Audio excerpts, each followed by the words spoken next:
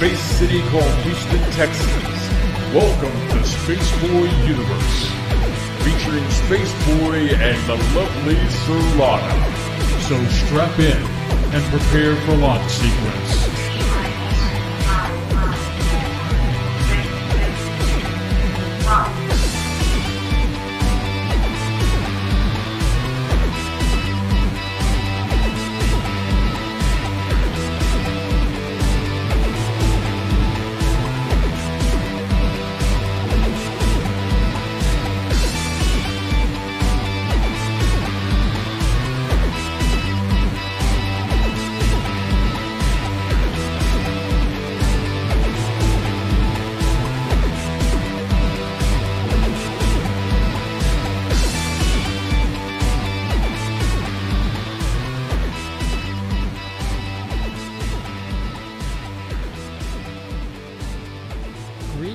Salutations, I'm Spaceboy, and across from me is the lovely Solana, and this is Spaceboy Universe. And man, we are so glad you tuned in to our special presentation tonight. It is September 28th, is it, Solana? Yeah, I think it is, yeah. 2019, and we're not even on this. You could call this show number one of special presentations, and I hope you're enjoying our video introduction to the show. Something new, since we've been trying some new ideas and new concepts. And of course, you're listening to the SBU Network. As always, follow us on Twitter. That's at the SB Universe. Follow Solana at Solana. Follow me. That's at Spaceboy Music. And that's where you get the freebie tunes. No charge to you. Download what you want. Just play it loud. And it's all good in the neighborhood. Remember to hashtag your tweets tonight with the hashtag SB Universe and hashtag Space Cadets. Hey, Space Cadets, you want to find us? We're all over social media. Just search for Spaceboy Universe. And speaking of different spots on the universe where you can find us, you can also find us right here on YouTube. We do more than the archive of shows here. We have video content from SB Music, video interviews, 2-Bit Gamers, and so much more. So hit that subscribe button and click the bell to be notified when new content is available. And on that magical note, let me bring in my lovely co-host, Solana. How are you tonight, Solana? Laughing at that intro because you weren't feeling so lovely about me earlier today. We have our ons and off. That's marriage, I guess. So, should we just start with our current status? Wherever you want to start. Go right ahead. Well, it's good that we're on a mic, right? Because I can't talk any louder than this. Because you got sick with, I don't know what you had, but it sounded like you had the plague. And I don't know if you shared it with me or what. Not blaming you. It happens, right? So, you've had a bad cough. You've had congestion, chest congestion, nasal congestion. And then it happened to me. I've got a cough drop in right now. I had that woke up when your throat hurts like it's throbbing. And lots of nasal congestion and some coughing. So we had a day, was it Thursday of this week? Mm-hmm. We both stayed home from work and had Who's More Pitiful contest. So, I'm more pitiful. I think one of your relatives is in the chat. Yeah, Tammy's. Hey, Tammy. My cuz. Hey there, it's good to see you. Hey, Solaris and Bev and Loyal K28 and, of course, Bob. We always got to mention Bob. Bob, yes.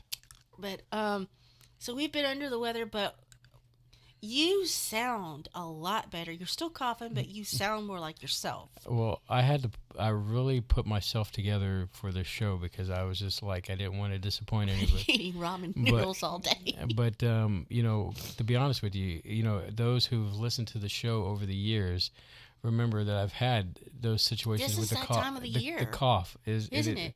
This is about the time that it happens, but between now and December, right? And I'm sure it's probably related to allergies, but yeah. Oh gosh.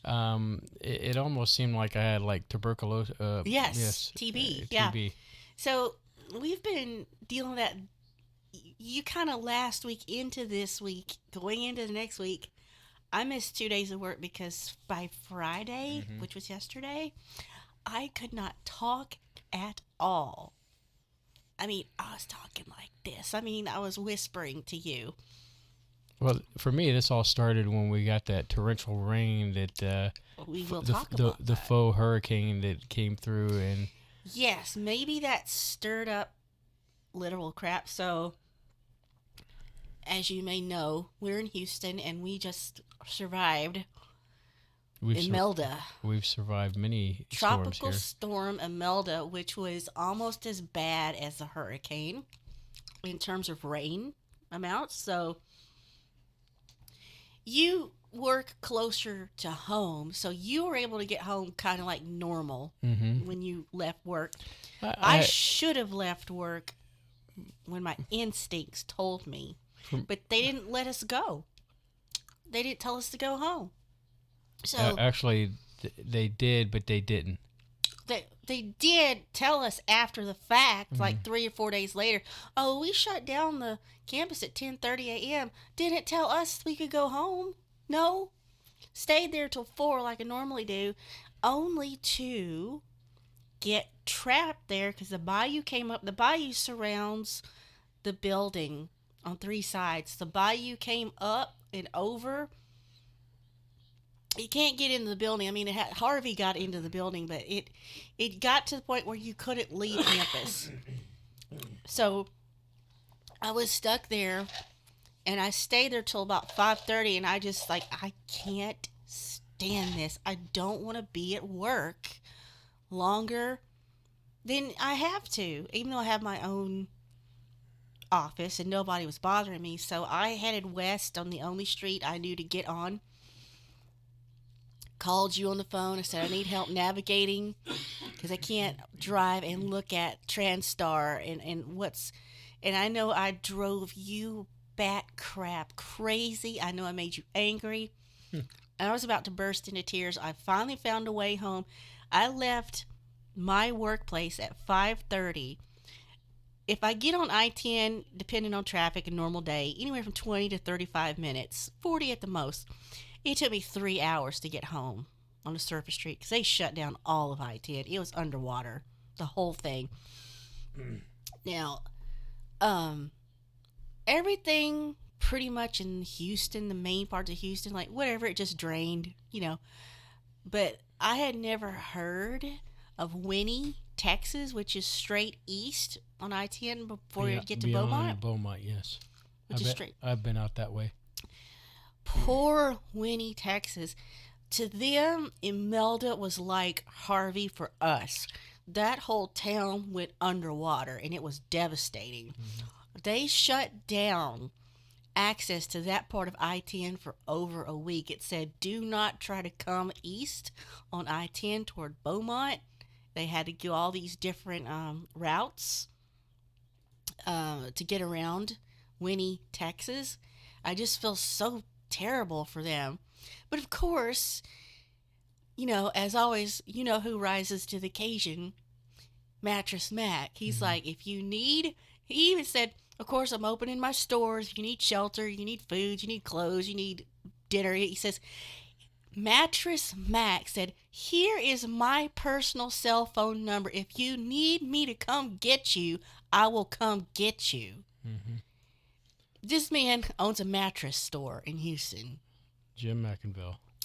Can you believe this guy? Just, you know, steps up like always, but it was I didn't like being trapped there, so there's a way you can get out when it floods at the bottom of the exit where you're getting out of the garage, and it goes next to the train track. And that's how I got out. But what gets me is every time this happens, you know, when the bayou comes up and it comes up over Milam and Travis and gets almost up to the street level bridge, when it goes away, all the garbage that's left behind, and I'm not talking about like garbage we put, I'm talking like nature's garbage. You know, all the grass and the sand and the gravel and the mud, all the stuff it was bringing up out of the bayou. And as I was trying to exit the campus, all these ducks were hanging out. They were just loving it. Ducks and geese. They were having a great time.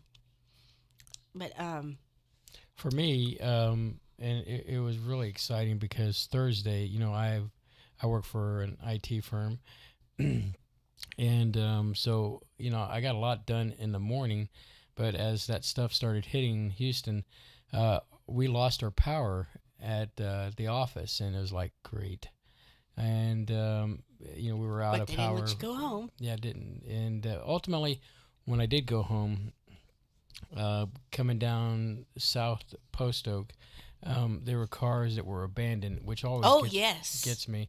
So it's kind of like this apocalyptic thing, and yes. It was like yeah, like Mad Max or something. and, and that always gets me mad because you're driving a car that's low to the ground and you're trying to get through this weather. You should not be driving. Well, the mayor told us to stay put. When I was at work, he said, "Everybody should just stay put." I'm like, "You're right, but I don't want to be here anymore. Plus, I didn't vote for you, so I don't have to do what you say." So I have a problem with people like you. Mm-hmm. Yes. And so anyway, got through, going around these cars and everything. And for me, it was just a straight shot Straight because shot I home. got on the HOV lane and avoided all the. There was really no traffic on going westbound on 10. Yes, up to a certain point, on westbound on I-10, it was open and free, especially by 7:30 when I was on it. When I finally got a point, I said, there's a point on I-10 where it's not underwater, where it's not raining, where it's not flooded. And sure enough, it's, in our hood, so to speak. And once I got back on 10, straight shot home. But So needless to say, but then they gave me Friday off because I think, like you said, they realized they effed up by not officially letting us go on Thursday. And then Friday for me, I started to feel bad, and that's when it started going downhill. Yeah, that's when you start getting really sick. Let me ask you something, Sorlana. Am I the kind of person that likes to just sleep all day and be in God, bed? no. Sometimes I wish you were. So basically, You slept all day. I slept pretty much the whole weekend. Yeah, but I knew you were sick and like you needed that. And with this, I don't know if you gave me what you had, but when I was in the really thick of it, I just felt like my eyes were heavy and I just wanted to lay. That's all I wanted to do was lay down. And when I would lay down, I couldn't breathe. I don't think I gave you anything other than aggravation, and because I think this And is I all was so nice to allergies, you. allergy related, and you can hear it in my every once in a while when I speak. I still have some congestion going on. You might hear me. We cough. were worse yesterday. Yeah. We were way worse. I don't know what happened over last 24 hours. It seems like it's clearing up on its own. The fact that I sneezed out two characters from the movie Flubber. You did that too? I did that. I was like, holy crap, did part of my brain come out my nostril? Yeah, it was pretty disturbing. But anyway, so that's health-wise. We're making our way back to health, and one step at a time. I think at some point I just need to bite the bug and have some Benadryl, and I'm sure that might result either that or I took that, but it didn't help. or Mucinex. Mucinex is what? You need something to break it up. All Benadryl does is dry you out. And I appreciate you giving me some cough drops. Actually, my boss at work had given me some cough drops. I think they've been You're probably terrifying them at I work. think they've been concerned about me at work. At least I got to prove that I was legitimately. Well, you had doctor's note too, so. Still, everybody probably treating me like I should be quarantined or why are you here? And so anyway, between those cough drops I've had at work, and I know you've offered me some, but I don't think that they would be very effective for my throat is not sore. Mine is hurting, so that it just feels good. Although periodically I do dry out, and that's when I start sipping that tea to try get me more hydrated again. So, but that's the dealio. And the whole time if we're here and we're, in bed, taking turns being who's more pitiful. Muffin, our cat, is there laying on me, she's trying so hard to get me better. I could tell, laying on me and purring like, I'm trying to get you well, but it's not working. So I just want to say thanks for all the cadets that have shown up tonight. It's very wonderful to see Bob and Bev, and of course Dino's in the house there, and if I don't mention K28, that was Dino. huh? Was that Dino? I thought that Yeah. was him. Yeah, Dino's in there. I told him that we were going to be live tonight, and yeah, it's a special presentation. So this is not. I want to repeat. This is not a reboot of the show in any way, fashion, or form. We're just doing this out of the kindness of our hearts. Well, it's the anniversary. Yes, it is our anniversary. So of the show. If we would, I believe still this had makes it. 4 years. would have been, yeah. Yeah. Well, it kind of still is, even though we've kind of taken a slight hiatus, and and if we were to adhere to Solaris Blue Raven rules, it's going to come back. If we win the lottery, yeah. I mean, She believes that we're destined for greatness with this, so yeah, sure, she can. That's nice of her to say. Anyway, so where do we go from here, Solana? I know it's been a long time. Now you've probably forgotten of. Do you want to get into pop culture I stuff, thought you were gonna news say, do you wanna headlines, or build a more snowman, personal or- things? I don't know what personal things that you want to talk about. Well, there's the whole lizard thing, or we could talk about Spider-Man, or we could talk about, stuff that's happened since June, All right, ladies and gentlemen, I'm gonna tell it. And You tell it, dear. if you didn't catch our show we did with Solaris Blue Raven, which she's such a mensch, we were on there, and I was talking about an incident that happened to me. We've been on her show twice since we've been off, so. I guess, yeah. Well, she loves us. It's nice to be loved, She's right? the only one that does. And I do see you in chat, and we appreciate you being there, Solaris. And so I was going to tell the story of the hallucination that I had. So it was one night that I don't know what I didn't eat anything heavy that night, and it wasn't. You don't take medication. I don't take medication. You don't drink. Yeah, I don't drink, even though I bought some delicious. A knockoff what is it, Firewall? Yeah. Hmm. Yeah. Why are you doing this, perking the lips up and shaking your head like you You gonna tell your story? Yes, I'm telling my story. Anyway, so I guess I kind of woke up, and I had seen, in my mind, I had seen kind of an overgrown lizard. Not the size of an iguana, it's probably smaller, but not like one of those small little lizards that could fit in the palm of your hand. It was significant, and it kind of crawled on the side of the bed and then kind of crawled under the bed. And, I guess I'm trying to mention this to Solana that, I saw a lizard, and I just have a different perspective. and she thought I was saying wizard, I guess, and You were not awake. I know I wasn't awake. I freely admit that I have these hallucinations now and then, and I'm not as freaked out as I used to be when I have a hallucination. I was freaked out because you were not responding to me. That was freaking me out.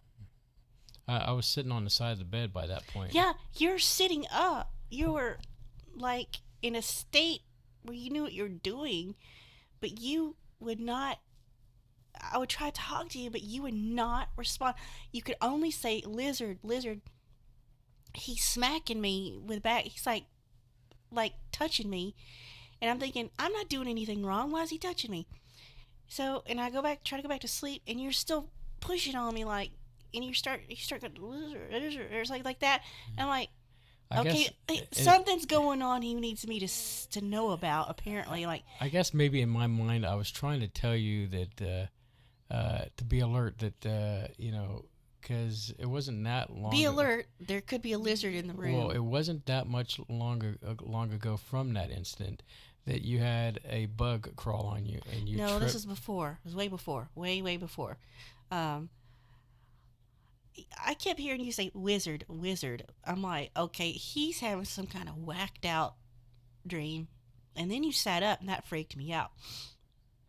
And I finally, but you're like, somewhere in your mind, you're like, I got to get involved in this apparently, so I have to get up too. And so I finally figured you're saying lizard. And I thought, okay, he thinks a lizard was crawling on him.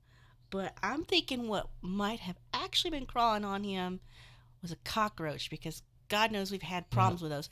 No, it wasn't a cockroach. But So I went to lay back down, and you're just like, you were like, no, you get up. It's a lizard. I'm like, if there was a lizard in the room, that's kind of awesome. It should stay there. We'll keep it as a pet. It could eat the roaches. But so you're sitting up by now, and you won't let me go back to sleep. So I get up, just go to the restroom. Like, okay, he's clearly off his noodle. And I come back, and you have moved.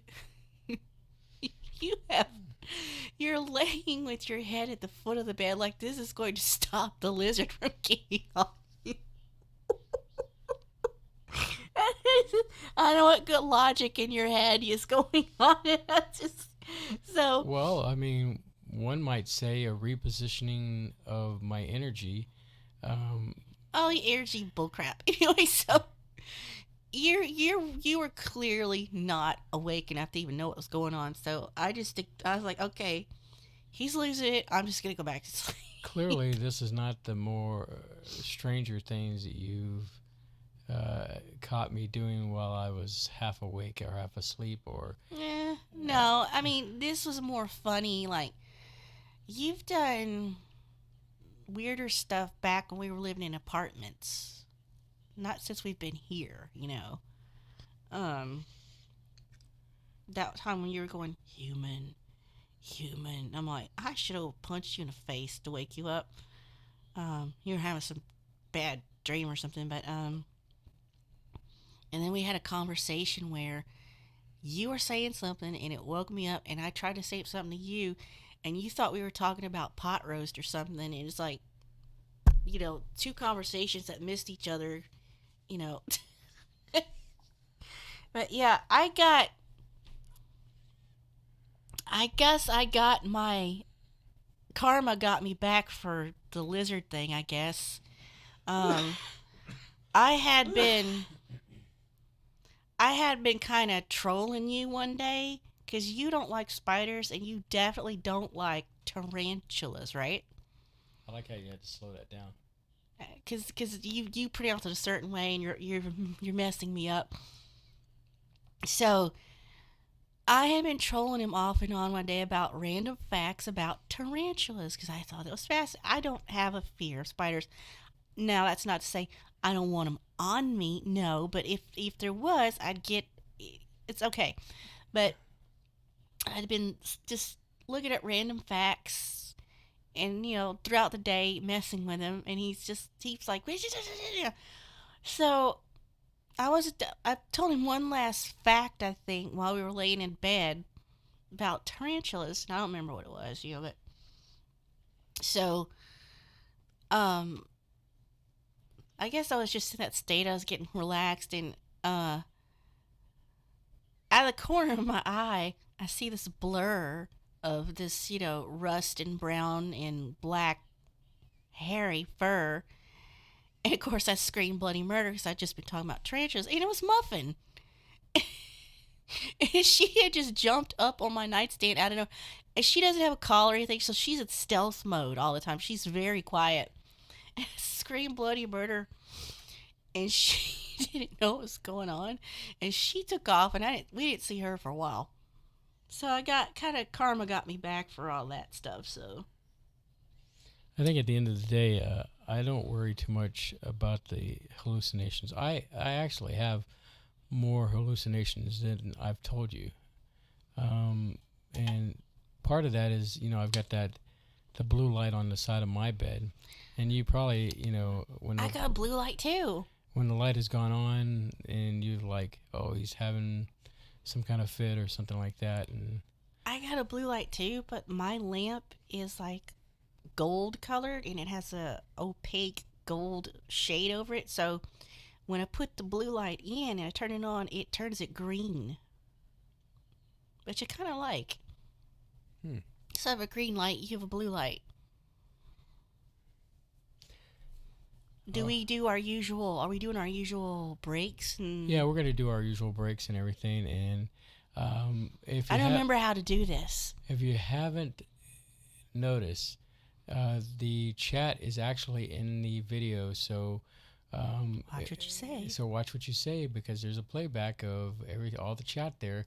And I guess we can go ahead and take our break early, because I need to get something to drink, and because I can feel my throat getting a little weak. Yeah. There. So all right. Nose blowing. Yeah. So let's do this.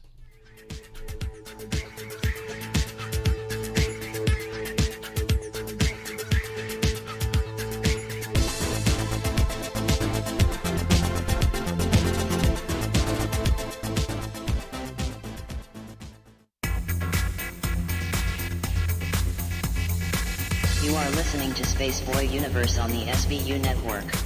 Explore the universe with Spaceboy and Sir Lotta.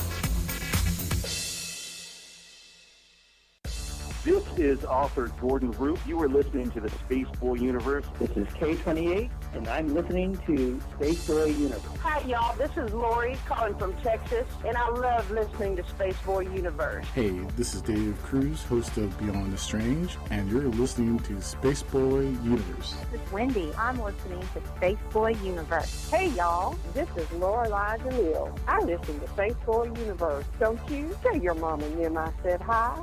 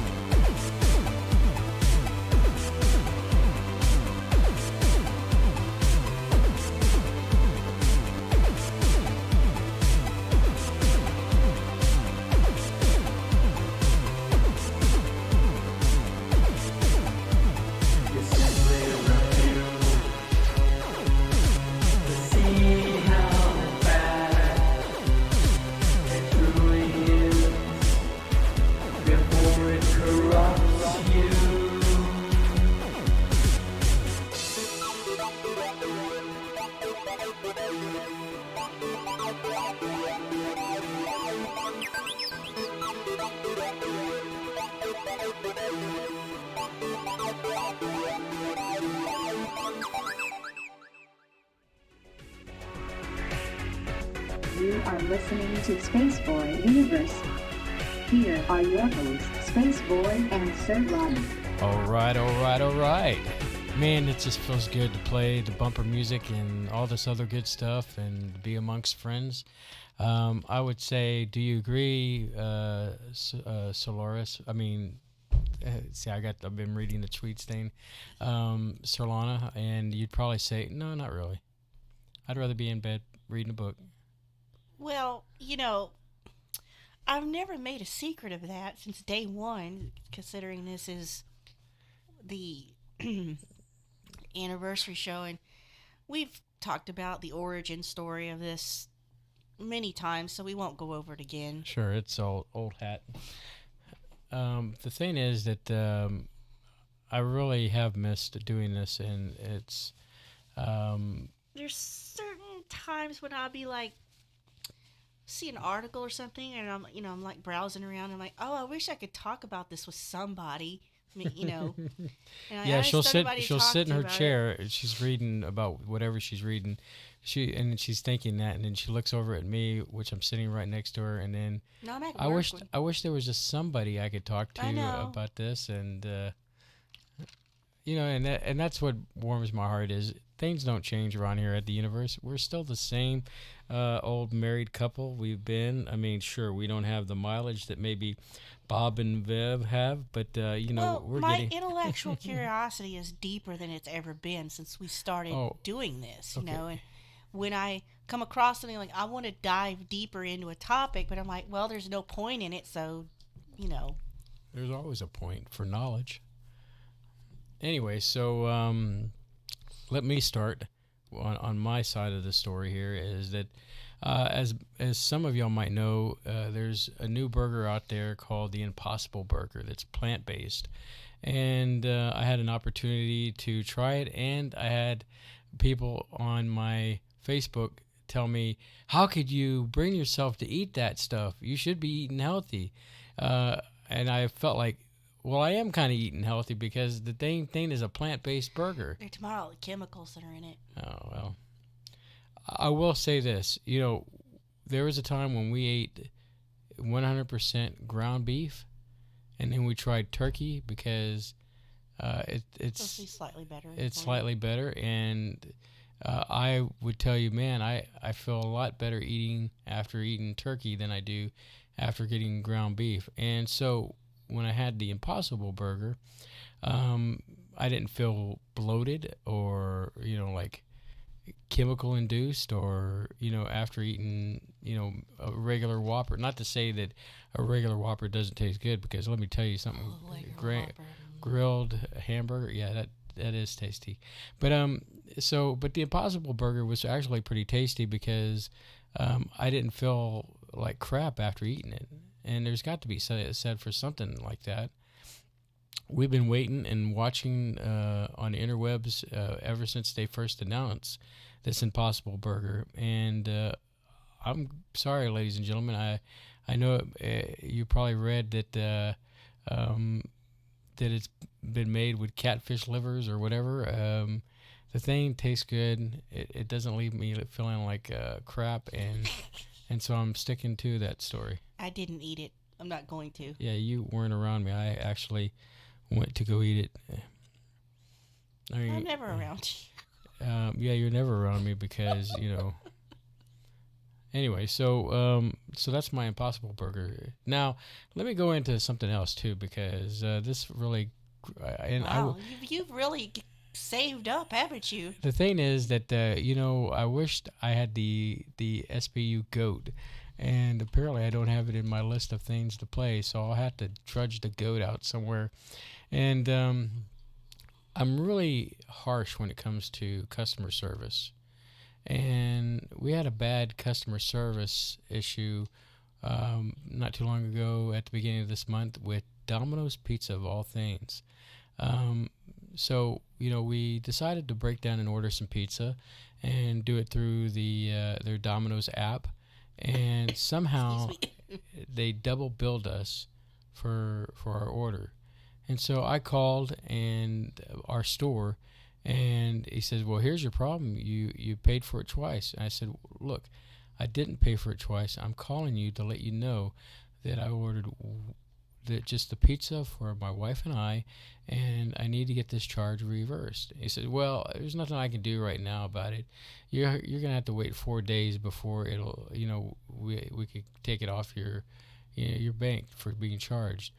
And just the way it was handled by the local restaurant, it irked me. So you might have seen on the old Twitterverse out there that I had posted something about Domino's, and of course they responded. Apparently they reached out to our store to have them call us, and they never did.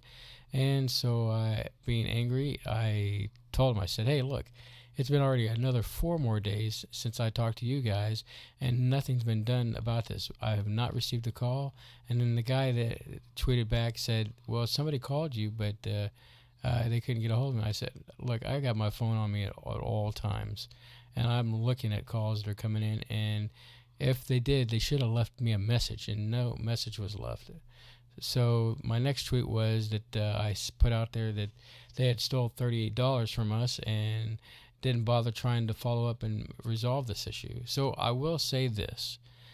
Domino's did come through and gave us a $30 gift card to cover for our financial payment that we made with them for all that went down, but we never heard back from the local store. And for that is my SBU GOAT talk of the evening. Are you still with me, Solana? I was playing solitaire. Are you done? Okay, you don't have to be that way. You can get back into the conversation. You're talking about interacting. Let's interact. I lived through this already. I know, but our space cadets haven't. I'm sure their lives are enriched. Okay, let's cut that, and what you got on the table? Maybe nobody else cares about this. It won't affect your lives at all, but it's already starting to affect mine, because I do go to a lot of these little sites where, you remember shockwave.com? It still exists. Your favorite browser that you go to your site and you play your little game that's Flash-based. Mm-hmm. So Firefox and Chrome have started disabling Flash by default, because Chrome's already put out a statement through their browser, and we've heard this last 2 years. By December 31st, they're ending everything with Flash, Adobe Flash. This will affect all those sites that you like to go to and play your free games and your puzzles, and if it's web-based. And from an IT standpoint, I'm sure it's going to be frustrating, because we have clients that use sites that your life's going to be heck. Require a Flash plugin. Well, it's kind of like this. At least we could come back and say to these clients and say, look, you've had time to be prepared for this, and it's not it's usually applications have time to look for other solutions. And usually what it is the clients do their banking, and then it requires some kind of Flash-based plugin. Sometimes it's Java related, and I believe the slideshow at work that's shown on the TV monitors around campus is run by Flash. Nobody knows the URL, but it's a public URL. I could send you the URL to the slideshow at work. You can watch it all day. Why you'd want to, I don't know. But I wonder what's going to happen come January. And we've been reading off and on for the last couple of years that they're going to. Chrome said they're done with it by 2020, which is a few months away.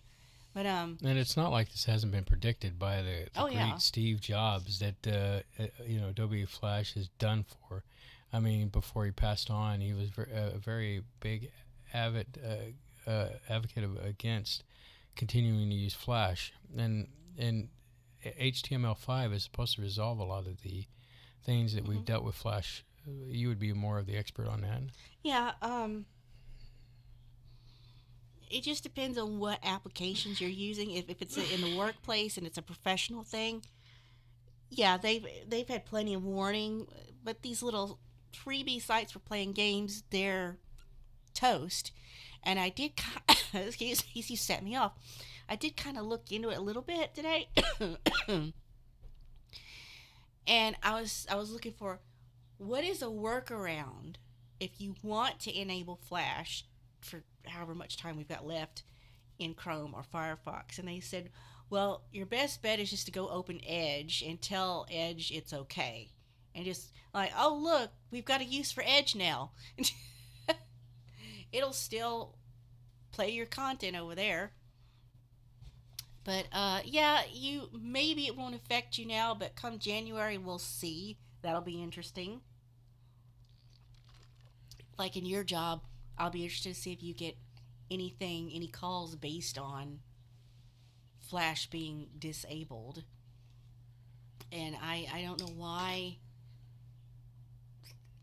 I don't know why our computers still bother to say, hey, you need to update, like when you reboot, hey, you need to update Flash. Why?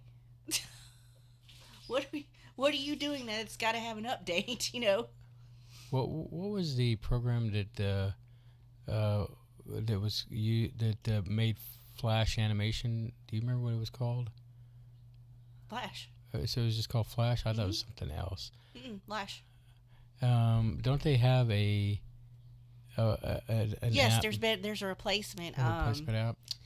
You would ask me that. I think it's just called Animate. Animate, yeah. Adobe Animate.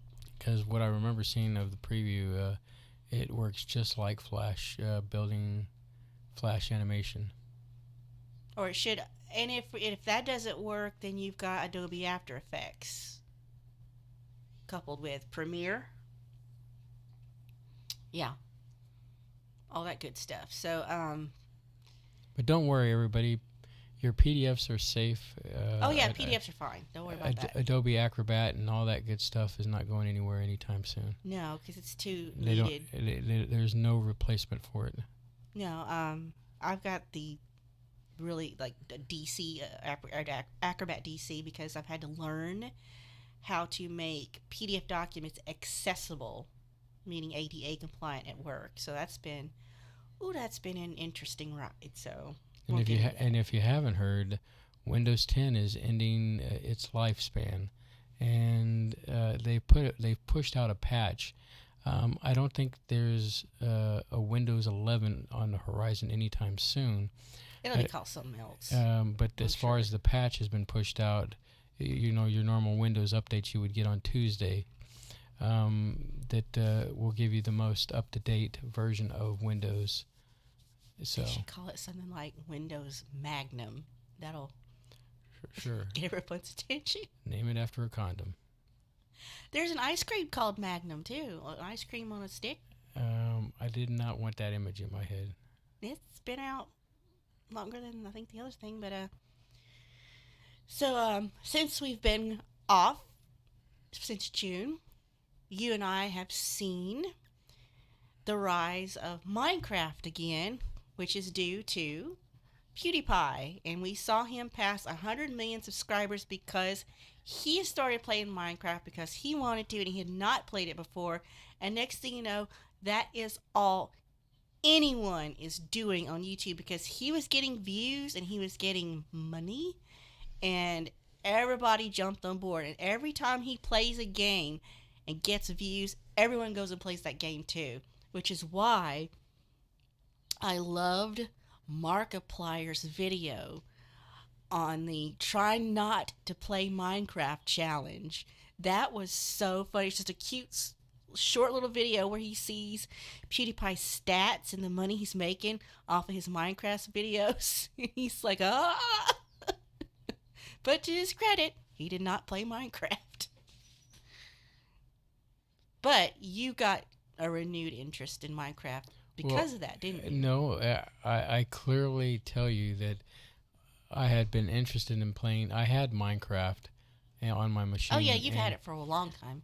And I just one day I just started playing it, and then the next thing I know, Pewge is playing it on his channel, and it explodes. And it was like, I'd play. It's a second coming. I would actually play while watching him play, doing my own thing, and so it was a renewed interest in the. But he actually did interesting. Like he built a giant Swedish meatball because he's Swedish.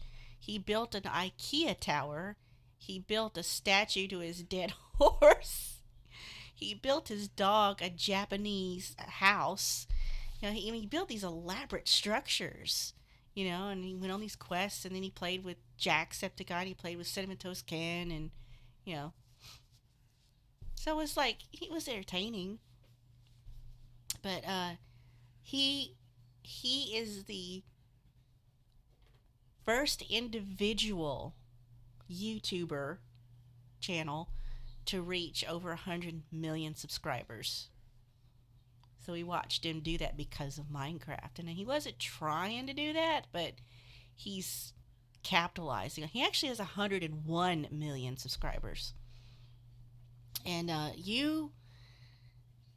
don't know if I had been watching him before or you found that, but, I think I introduced you to his universe of friends, like Jacksepticeye, Cinnamon Toast Ken, all these other people. And you started watching Ken's channel, because Ken is from Mississippi. He's like us. He's kind of like a good old boy. He and his friend sit on a couch and watch and react to stupid videos on the internet, and you get really tickled at it.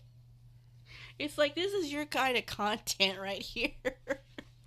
I have to say, they do crack me up.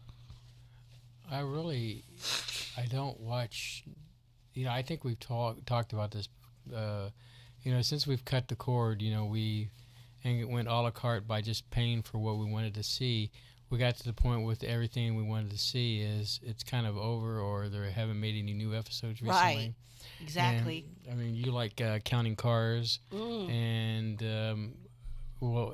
because we've been so thirsty for counting cars, we stumbled across this Canadian guy. It's on Netflix that I guess it's called Rust Valley Restore or something. Yeah, something like that. And it's in Canada. Yeah, it seems like it's a show that would be right off the Discovery Channel, and it was really interesting. It's interesting but heartbreaking. I mean, because they're trying to make it, and the guy seems like a really cool guy. He's a hippie.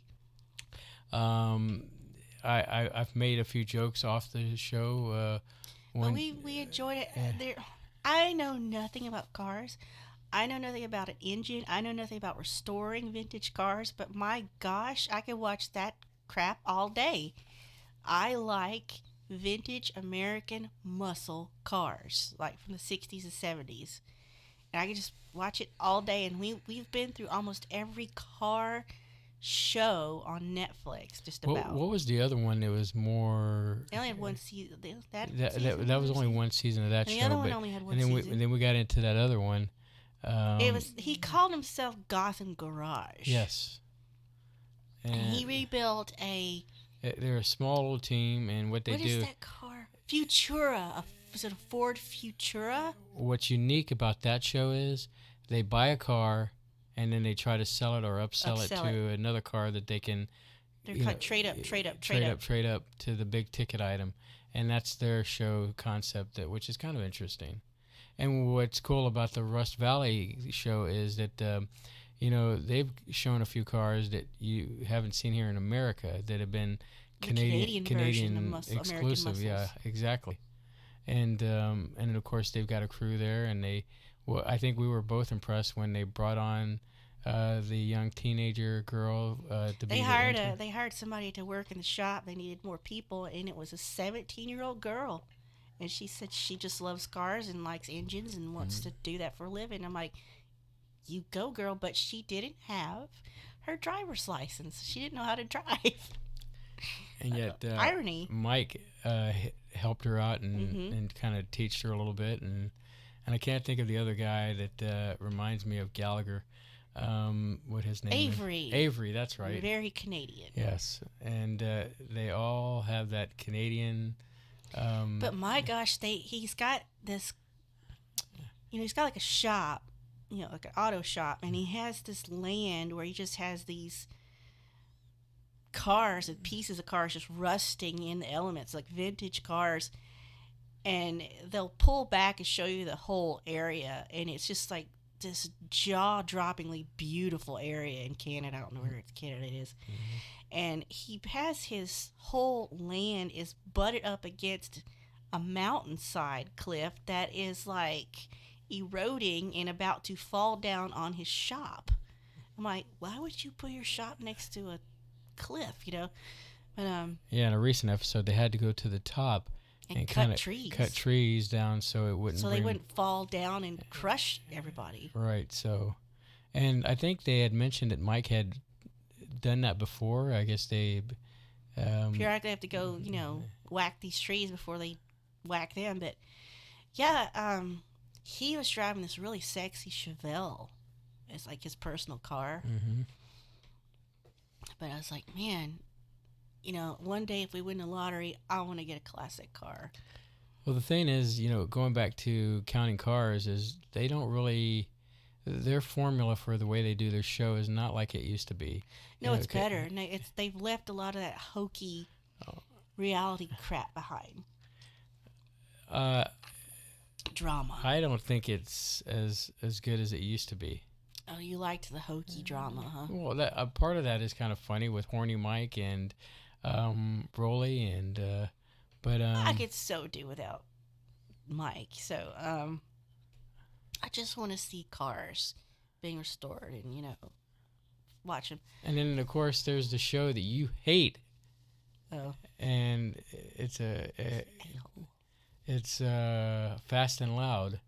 Now, I used to love watching the show when they had Aaron on there, the Bearded Wonder, but now he's gone and he's got his own little gig that he's doing. And gosh, remember way back when you and I would watch American Chopper?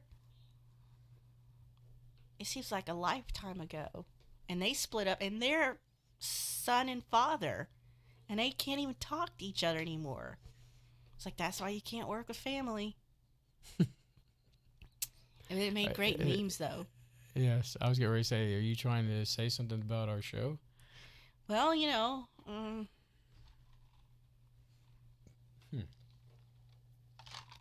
So what about you, cadets? Do you have a car show you like to watch or check out? We did try to watch another one on Netflix, but it was West Coast Custom. It just didn't really have. He just seemed like mean. Although he did have a point, but I was like, I don't want to watch a guy be mean to people all day, you know. To his employees, I'm talking about. Even though they were kind of like, you know, they probably should have worked harder, but yeah, I just didn't want to go through all that. Like he got mad at his one employee. I don't care about the drama. It was having a baby. Well, he wasn't, but his wife was, and no, it's because he was colorblind. That was also another thing. So anyway, what else, my dear? I've got here. I don't know if you want to get into this. We're kind of close here. Yeah, we're up top of the day. So anyway, we all have dived into car shows since we've been away, and I can't even remember the last time I saw an American Pickers show. I saw just a piece of one with about the Aerosmith bus. Yeah. Tour bus, their first tour van. Yeah. That was interesting. That was interesting. Mike pretty much was like tripping out that, you know. Mm-hmm. But, you know, that show's kind of interesting to watch. And we've learned I got burned out on it. We've learned some things from it, though. Yeah. Like the time to buy something is when you see it. Is when you see it, and you haven't seen it, like, period. And You've always told me that, though. Yeah, well, that is true. I mean, maybe it's just some old wisdom that I've grown up on. And, you know, so. All right. So let's take the next break. When we come back, we'll blab some more and continue our conversation. Maybe even open the phone lines up and go from there. So stay tuned.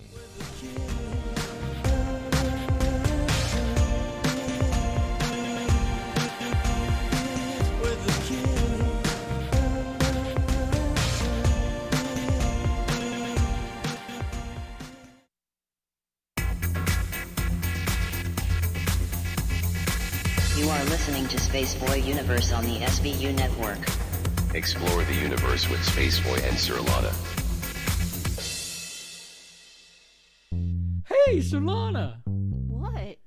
If Spaceboy Universe was cheese, would you eat it? Come on now, it's a simple question. Maybe? SpaceboyUniverse.com.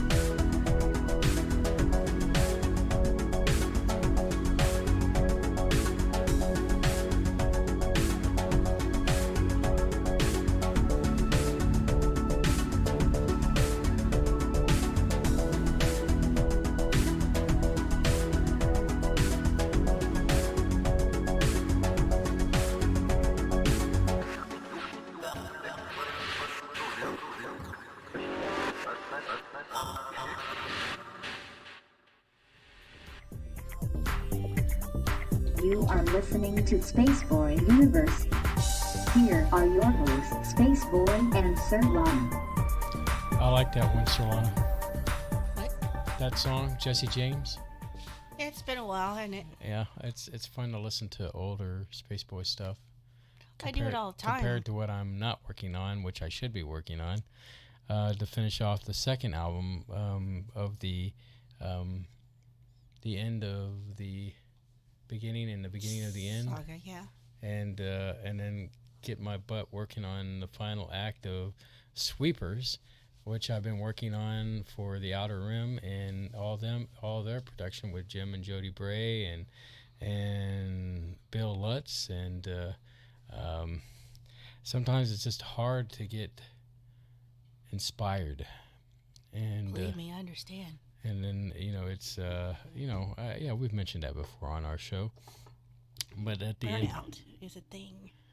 Well, I guess the way you could be prolific and to a point, then all of a sudden it catches up with you. You think Stephen King ever gets burnout? Well, I don't know. Maybe he has so many demons that Ooh, yeah. He think about it like that. It's like he's making it rain money, with each book that he pops out, So must be nice to have talent. And then, of course, during the break, I was talking to you about I wished I had gone to the infamous Area 51 raid, just for the simple fact that would have been great publicity, because there was a picture that I guess the news took of a group that went. It wasn't a very big group. No. And in front of the alien, and and I thought, little alien, yeah. A missed opportunity for publicity, because thanks to Leonard, there is no bad press. So only you and I know what that means. There's no such thing as bad press. And what'd you think? What'd you think of that Area 51 thing? I'm glad that it turned out to be benign, and the craziest thing was a Naruto runner, and nobody got hurt, and nobody acted so crazy that they were worth being shot by our government. So, real quick before we get too far back, good night, Solaris. I hope you have a nice evening. Good going on your show tonight. So I just a little positive energy going your way. Yes. We've actually, like I said, we've been on her show twice since we've been off the air. Sort of all kind of like last minute, but we're like, well, yeah, we ain't doing anything. We're up, so that was always a good time, always fun to be with her. I think she had to get some demons off her chest the last time we were. Yeah, she was talkative, and I'm like, okay, you go, girl. And anyway, excuse me. So you want to get back to newsy items here? So you're talking about the Area 51? Yeah, I'm glad it didn't turn into something, embarrassing. And not me. I was hoping that millennials would finally learn their lesson and. You want somebody to get hurt? Well, you do something dumb, you need to. There's some great memes though that came out of it before they went, and then of course once it happened, it was like. Well, Cinnamon Toast Ken did some good ones. Yeah. Yeah. Sorry, I had a thing fit in my throat or something's going on. I don't know what's going on there. So, we've not been on the air, which means I've not had to do research. I've not had to do any social media promotions. I kind of stopped all that anyway. And it has been very refreshing to not be on social media just every day, every week, just constantly. It's just like I post occasionally on Facebook. Everything else has pretty much died off. Well, as you know, I almost shut down my social media completely. Yeah, I know what happened with you, but and I went back in and kind of did some spring cleaning and got rid of some things and some people that were harshing my vibe. So. Since I did that, my media has been a little bit better. Yeah, so I just post occasionally, like I've used it to tell people I'm safe, I didn't drown, I made at home from work from Imelda, just stuff like that. Well, with me, it's more like, I like to post things I find. You like to, you post, to stir the pot. And people, they generally enjoy looking at the little nuggets I find across the internet and posting them there. But pretty much Facebook is the only thing I have left that I do, and the reason I do that is because if I post a photo of something, I know my dad can see it because he gets notifications in his email. Does he tell you that he gets? Yeah. So, speaking of Facebook, it's still there. Facebook, apparently this happened yesterday, the 27th. Facebook is testing hiding like counts to see if that makes people feel better. But they're only doing this in Australia. Man, you and I get this at the exact same time. Okay, so... Yeah, stop that, Solana. Well, what does that mean? Well, if you post something, a picture, a text, whatever it is you post on your wall, and everybody... likes it, loves it, does a little reaction, and you can see how many, you've got 13 whatevers, you've got 20, you've got... So they're going to hide those counts, or they did this yesterday in Australia. Mm-hmm. Hide the number of likes on a post, and only displaying a post that was liked by a friend and others instead of displaying the actual number to the public. So my stuff isn't public anyway. Are they hiding it from the public? Only you can see? Yes. But all my stuff isn't public anyway. So... It doesn't make a hill of beans to you then. The limited test is a gauge of whether the feature can improve users' sense of well-being, and if it's successful, the test may roll out to more regions. So, I don't get the logic behind this. We are running a limited test where like, reaction, and video view counts are made private across Facebook. We'll gather feedback to understand where this change will improve people's experiences. They're considering hiding the counts after mobile app researcher discovered a hidden feature buried in the company's Android app. And according to her findings, people were still able to tap to see a full list of people who liked and reacted to a post, but the count number will no longer be shown. Getting rid of the ability to see the exact number of likes at a glance is a small tweak. It could go a long way toward curbing feelings of anxiety and depression linked with social media use. If social media is giving you anxiety and depression, get off it. It will free you. Get off it. Get away from it. You don't need it. Well, a good friend of the show, Lisa, you remember Skater Girl? She got off it for a while, and she just recently got back on after a long hiatus off of it. And it really does your mind good to get away from it because, it's such a wasteland sometimes with some people with their opinions and especially in this climate. If you're not mature enough to deal with it, you should be on there, but there's nobody to police your emotional age. That's because the more recent generations are, everyone gets a trophy, everyone's a winner. That's the kind of generation we're dealing with, and they don't have that ability that you speak of.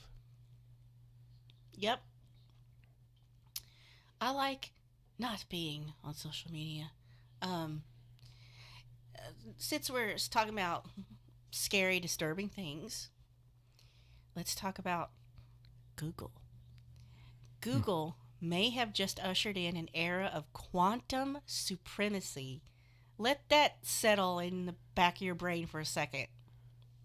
We've talked about quantum computing on this program in a previous show in an effort to understand what the heck is it? What does it do? Should we be concerned about it? Is there a way for the layperson to even understand it?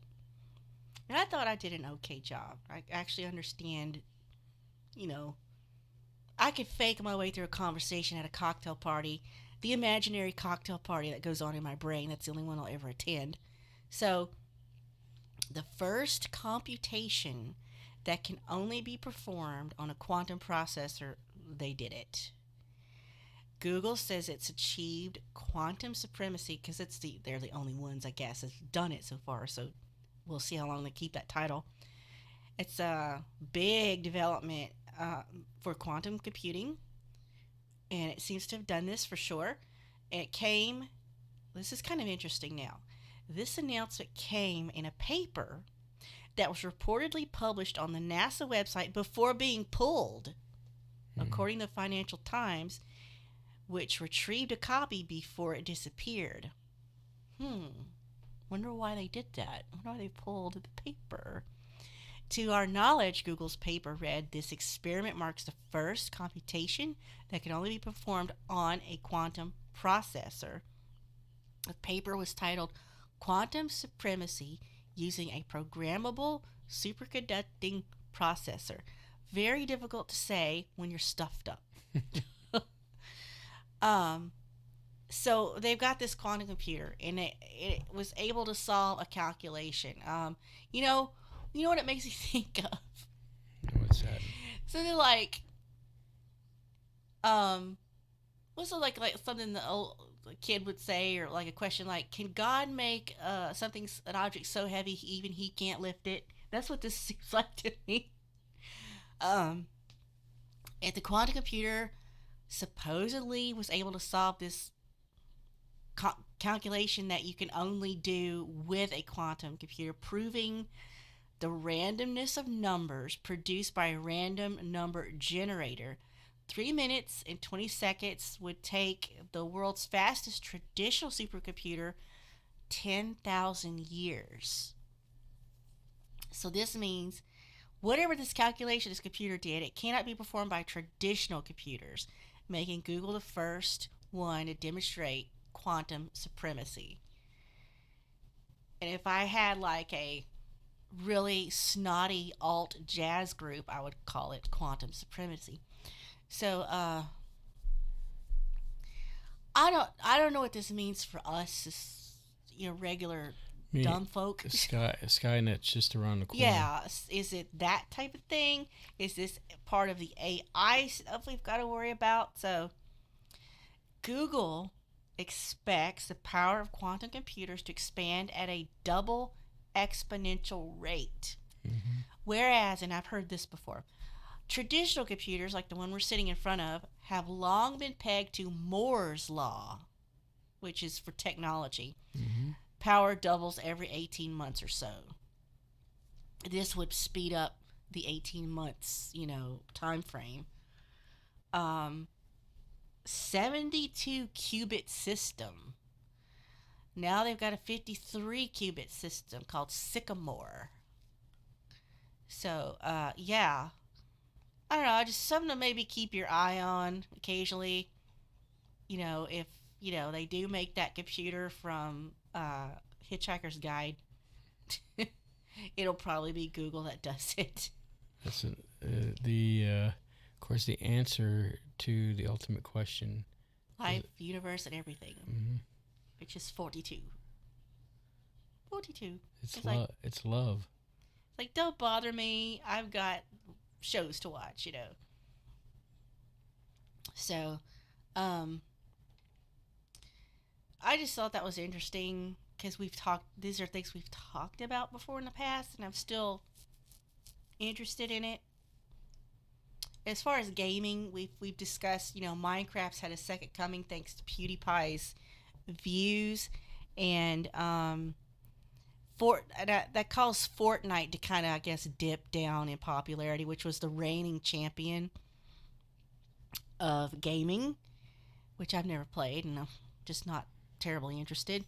Well, the joke is on me because I downloaded the app, but it wouldn't let me register a name. So I'm trying to find. Hold on, my cursor just went funky. Entertainment.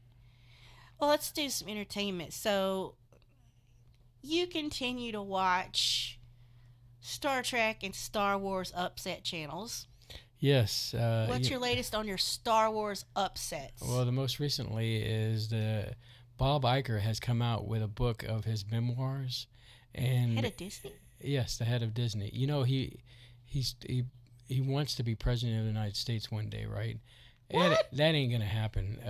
There is just too many people that just don't like him. But anyway, getting back to the Star Wars at hand, is that they really did Lucas over badly when he sold the company Lucasfilm to Disney, and they're predicting that the Star Wars film that's due out in December is probably going to tank and not do well. And also through all this mess, you've got the Galaxy's Edge, which is the Disney Star Wars crashed thing. And burned, didn't it? It has not been a financial windfall as that they were that hoping. is a section of like Disneyland or Disney World that's themed for Star Wars. Yes. And the thing is, you don't even have any of the classic characters like Luke or Leia or even Darth Vader, roaming around in the area. And part of that... It's these alternate B characters. Well, it's been said to believe that legalities, huh? that George signed a deal where if they used any of the original characters, he'd get a 25% stake in the royalties. So they just make new ones, huh? Make new ones and kill off the old ones. Diabolical. Yes. And so it just goes to show you how crappy things. And to make that matters worse, how much I'm a big fan of Cray Cray, which is Kathleen Kennedy. Cray Cray. So recently it's been announced that they want Feige to come in and I guess produce a Star Wars episode. And so... Head of MCU stuff. Yeah, the guy that's ahead of their golden goose right now, which has saved a lot of their bacon. And that's Kevin Feige. I think ultimately... I love it when you mix your animal metaphors. Well, I try to do what I can. So anyway, long story short is that Kevin Feige is going to produce a Star Wars episode, and the reason why they don't fire Kathleen Kennedy, she's a woman. Exactly. That is It'll exactly look it. bad. It'll look bad on the company, and that's why they have not fired her. And that's what it all comes down to is, God forbid you hire somebody that can actually do the job because they're qualified to do it. And now it's been said about Kathleen Kennedy is that she makes a better number 2 than being a number 1, meaning that, all the years she's been under like Spielberg and then George Lucas, and she's done a good job in those positions. But as the head, she is really just crapped all over everything 10 ways to Sunday. And and we get somebody like Ryan Johnson, who totally has basically made a mess of Star Wars. And so don't be surprised if this Christmas Star Wars tanks, and because the fandom menace out there, and that's the group of... Fandom menace. That's what they call themselves, is the fandom menace. The fandom that is, you want to treat us this way, then we're not going to give you our money. Sales are down in the toys. You've got because nobody wants those characters. Right, they don't want these new characters. They want the classic characters. That Rose character, ugh. Rose Tico? She was so not necessary. Anyway, so you're speaking about the MCU anyway. Yeah, since I brought up Paul Feige. What about Spider-Man? Yes, the big thing about Spider-Man leaving the MCU has gone away. Apparently Sony and Disney have kissed up and made up. At least for 2 more movies. At least for 2 more movies. But it's been said that, they're probably going to, after they do the 2 movies, and then, it's 2 more movies, whole movies. And he's got an appearance coming in maybe the next Avengers movie. Sorry, getting caught up in the throat there. Getting me excited about all this stuff. Because it is exciting because, I have to tell you, Tom Holland is adorable, and he is the best Spider-Man that's ever been. Well, I will say this. I have enjoyed him immensely on the screen. He's perfect. But I was kind of a Tobey Maguire fan of his character of Spider-Man.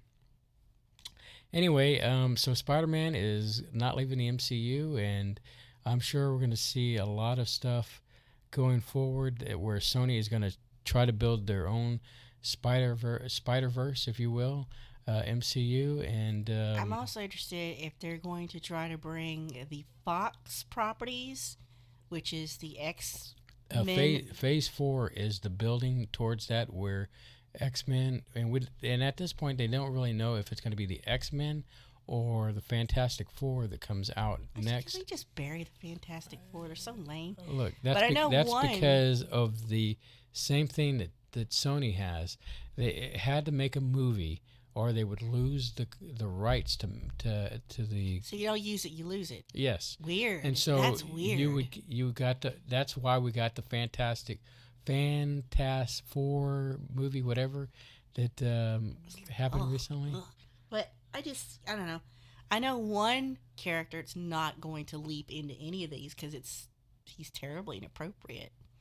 Oh, Deadpool is going to be coming down the pipe. Yeah, but he won't be making any appearances in these family-friendly. Probably not, because I don't want him to either. I mean, they've said that they want to keep him R-rated, so they'll probably create a new branch of Disney for. So they used to have. I don't know if it went away, but Disney used to own. It's called Touchstone, and they would produce these R-rated movies, but it was sort of kind of hush hush. But if only Sony wasn't the worst filmmaking studio in history of humanity. It's one of the comments. GG, is that the GG we know that's in chat? GG Rabbit. Is it? Hey, GG, and Goddess Michelle is there. Host of Shift Happens. It's nice to see some people we haven't seen or heard from in a while. They were talking about 5G in chat. Oh yeah, that's. We'd kind of touched on that previously about the scary stuff. Well, I had mentioned to you that the thing about self-driving cars is going to need the 5G connection. Yeah, but the scary part of that is because they don't require these giant towers, they could put these things in your front yard or outside the fence behind your backyard, and it could be that close to your house. And then I would have heard that the signal can do to your brain. I wonder if this is just part of the whole slow takeover. I had shared a meme out there where it was a picture of Harvey Dent, and Harvey Dent is DC. Something about couldn't get rid of his phone, and 5G did it to half of his face, and so it was a location shot. You should have been there. Yeah, I know what you're talking about. He's got the half melted off face, half good looking face. That's the last Batman I ever saw. The last Batman film I ever saw was when he was in it. Did you enjoy that Batman? I can't recall. Because the next Batman's sparkly vampire. I'm not gonna watch it anyway, because I don't care about you don't care about the DC universe? I care about Wonder Woman. I'm going to tell you something. Aquaman was enjoyable, and that man is nice to look at, shirtless. Whoa. He's all right. Oh, he's nice. He would probably give you and me a hug, I bet. Oh, I know he would. He's married to Lisa Bonet. Yeah, they got kids and everything. Yep, that's true. So, I know you're thrilled about Spider-Man because I know I just go on and on about Tom Holland, but he's freaking adorable. He's perfect. He's actually a trained gymnast / dancer, so he does a lot of those moves. That's actually him doing it. Right. In fact, I was watching some kind of behind the scenes about how he went to his first audition, and they said, "Hey, can you do a backflip?" And just boom, did it. Boom, did it, and no problem whatsoever. And I remember seeing some kind of clip where he had a trampoline in his backyard, and he, bless you there, my dear. Sorry. And he was doing his flips and stuff back there, and Sorry about that. So he's very athletic, and so he really gets into his work and tries to do his own stunts, and he's very capable of doing them. And what did you think of what was it, Far From Home? I liked it, but Then they dropped the bomb on us with the very last thing, I guess, to bridge to the next movie. Yeah, but you didn't see it all the way to the very end. What, where Mysterio comes up and... Oh, no, when they show Nick Fury at the very end. I must have missed that. Well, the real Nick Fury... Furry. Furry! Nick Fury! Ah! Well, the real Nick Fury, please stand up. Are we going back to that theory that some of the people that we've been seeing are Skrulls? Well, it's been that way in the comics. But it's going to be interesting because the way they're painting the Skrulls versus what was the other race that was kind of hunting them down or treating them. I can't remember. But it was like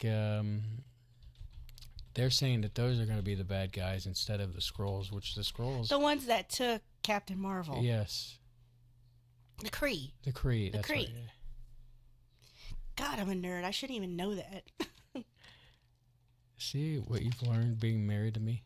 I don't know, they turned into a massive nerd. Well, I've not seen the latest trailer, but saw the first one. So, El Camino. Okay, yeah. What do you think has happened to Jesse Pinkman? Well, he's been beat to crap, that's for sure. I mean... He got in a car and just drove. When Creepy Todd was, trying to, they're making him make that meth and, it shows him a scene where his back is all whipped and torn up and, he's probably at the point where, think about all he's been through with Walter and... just the mental abuse before he got that physical abuse by Creepy Todd. Mm-hmm. So, I mean, Jesse has gone through a lot of stuff, and it'll be interesting to see how he comes out of this. I've only seen on Netflix October the one that has Skinny Pete in it. He looks like he crawled out of a dumpster. I like that guy though, who plays Skinny Pete. Oh yeah. I'm sorry, I'm having to do a cough drop. I know this is bad, but that sneeze actually burned my throat. I apologize. I need this though. Well, you did. Yeah, I don't think you saw who was it with Skinny Pete when he went into the house. I haven't seen anything but the first trailer where he's like, I'm not going to tell you where he is if I knew that's the only one I've seen. You haven't seen the new trailer? Mm-mm. Oh my goodness gracious. It's got some more stuff in it. And like when I was talking about how he's been beaten, it shows him in the shower. He shows up to Pete's house and I guess he showers off and everything, and you see all the scars on his back. And they kept him in a hole in the ground. Mm-hmm. They brought him out to cook meth and put him back in a hole in the ground. And beat the crap Walt got out him out. Mm-hmm. Using science. Yeah. And they actually proved you could do it on Mythbusters. I remember that. That was a good one. So, this being our anniversary show, anniversary of... Oh, speaking of anniversary, it's time for a break, babe. Yeah, this is going to be our anniversary break. There you go. All right, so... Get my voice back. We'll recoup. We'll be right back.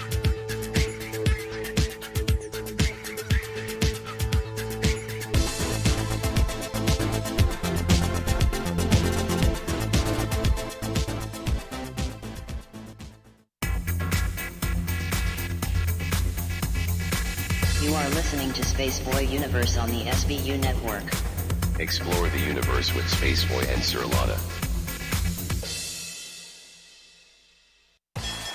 The epic battle begins this Friday.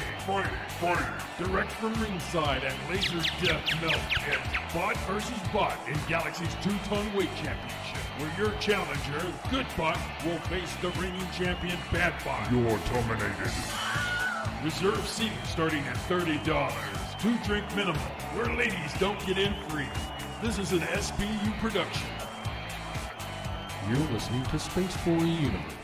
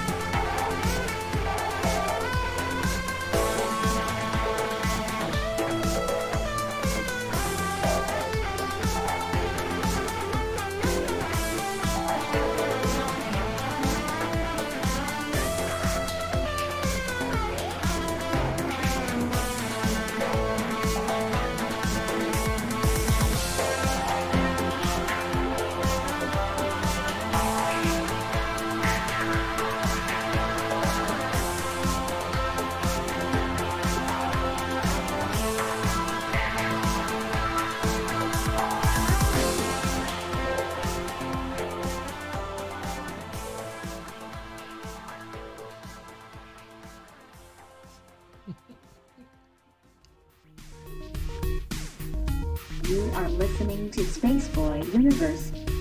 Here are your hosts, Spaceboy and Sir Lana. Almost missed this part. I was cracking Solana up over there. We're chomping down We're talking on about cough drops. cough drops, and she says, "I like the menthol." Is that what they are? The ones that are blue? Mentholated, yeah, I guess. You started talking like a smoker. I had this image of Dr. Monarch, the girlfriend. I had a history professor in community college that sounded just like, 'cause she was a smoker, she's skinny, and she sounded like this. She'd sit up there, she'd sit on perch on the edge of her desk, and like, let me tell you about World War II. And I'm like, did you live through it, lady? I mean, good times. Good times. Anyway, so yeah, to each your own. If you like menthol, she actually gave me a cough drop. It's a delicious cherry. Well, like the cherry and menthol, honey, and then The honey- Halls has some like honey tropical breezes. Honey is good. I'm gonna get 2 giant bags tomorrow when we go out. One should so. definitely be cherry. Yeah. So, as we're saying, this is our once in a lifetime anniversary special of the broadcast. This would have been 4 years if we had been like continuing. You keep saying that, but it is 4 years. Yeah.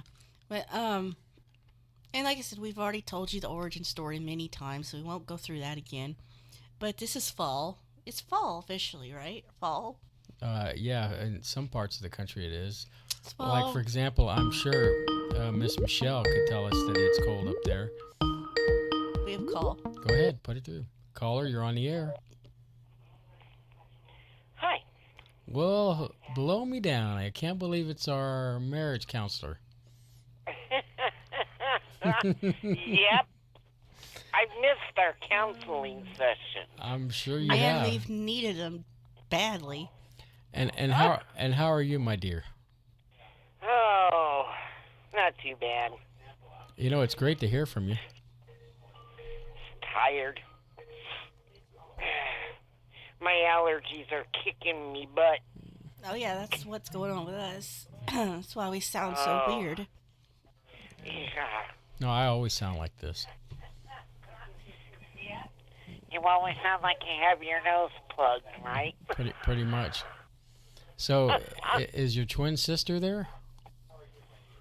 Michelle? No, at your house. Is your twin sister there? No, I don't have a twin sister. Oh, because I thought I heard her in the background. God. Because you thought what? Because I heard her in the background. Oh. Bob. Bab, I'm being sarcastic. Okay. Hey, I'm a little slow. That's okay.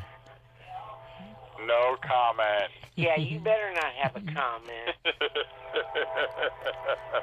There's the midnight train to Georgia there. Yeah, you got her. I mean, Jeez. I thought it was bad when y'all heard the cops in the background At night or at our place. Oh, we also get the rumbles to go with the tracks. Sounds like Oh, a yeah. train station. Yeah, Solana just said it sounds like y'all were at the train station. Yep. I like living next to train tracks. And we have pictures that are crooked from the vibration of the train. So, what was I going to ask you? I don't know if it was dog related or... And I think Bob's twin brother is there. Oh, you hear him in the background too? My what? Your twin brother is there. My bro? Not my bro. I was trying to Well, who's say your we bro? can hear our broadcast in your background. It's a little distracting. I could do my best Art Bell. Hold on a second. Yeah, better shut my door. I can't. Yeah, you will. Shut up. Fly sweater. I beat you up. I'll beat you up. And no more day in the neighborhood. So, are you watching it on the TV? No, I I got it on the computer here on my end.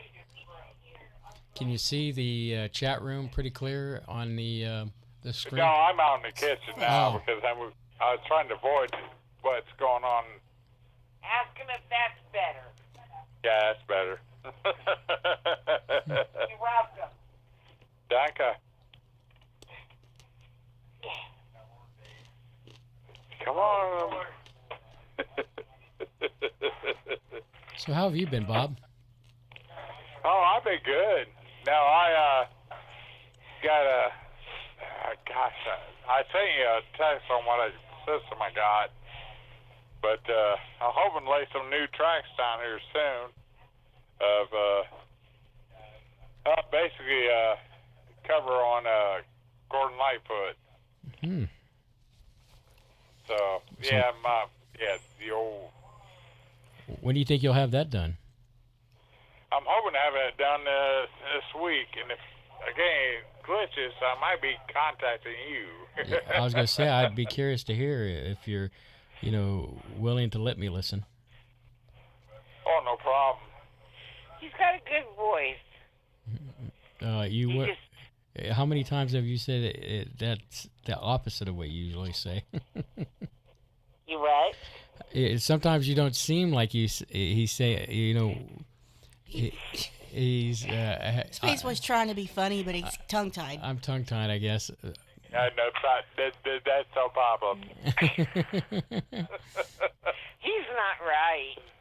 I've been actually getting to bed earlier than this for the past several Saturdays, so I'm past my bedtime. Yeah, we've been like an old married couple.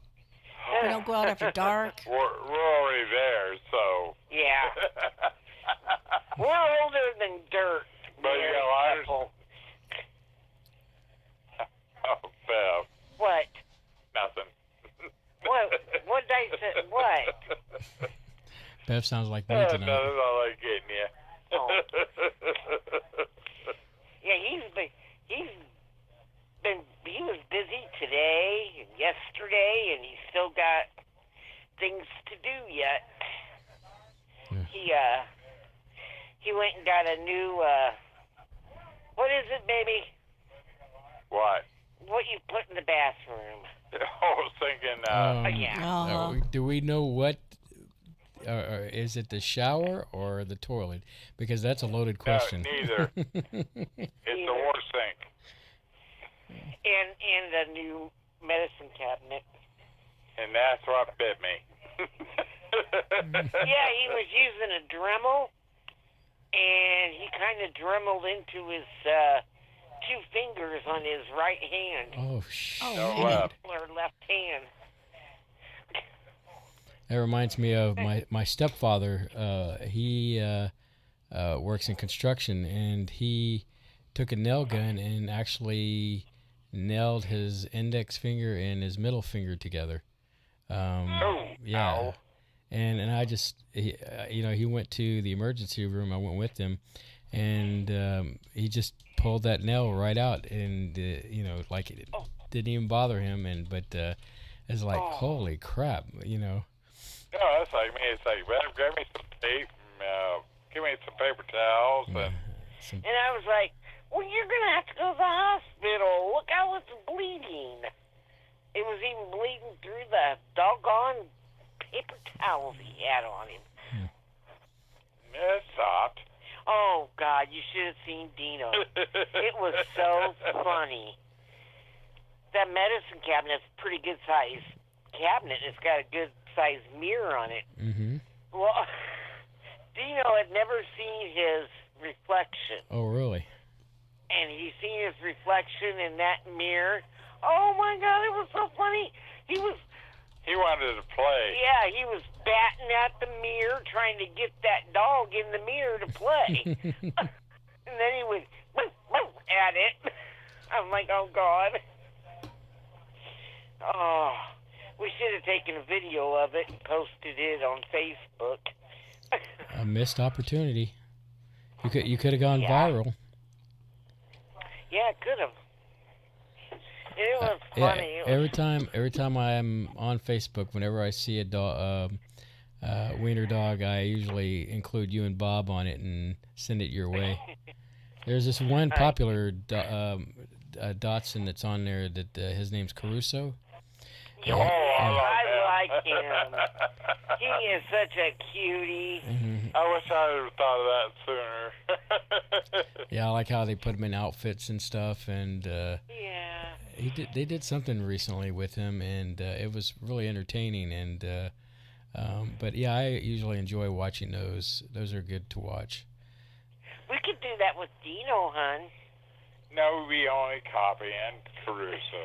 I'm sorry. Just kidding.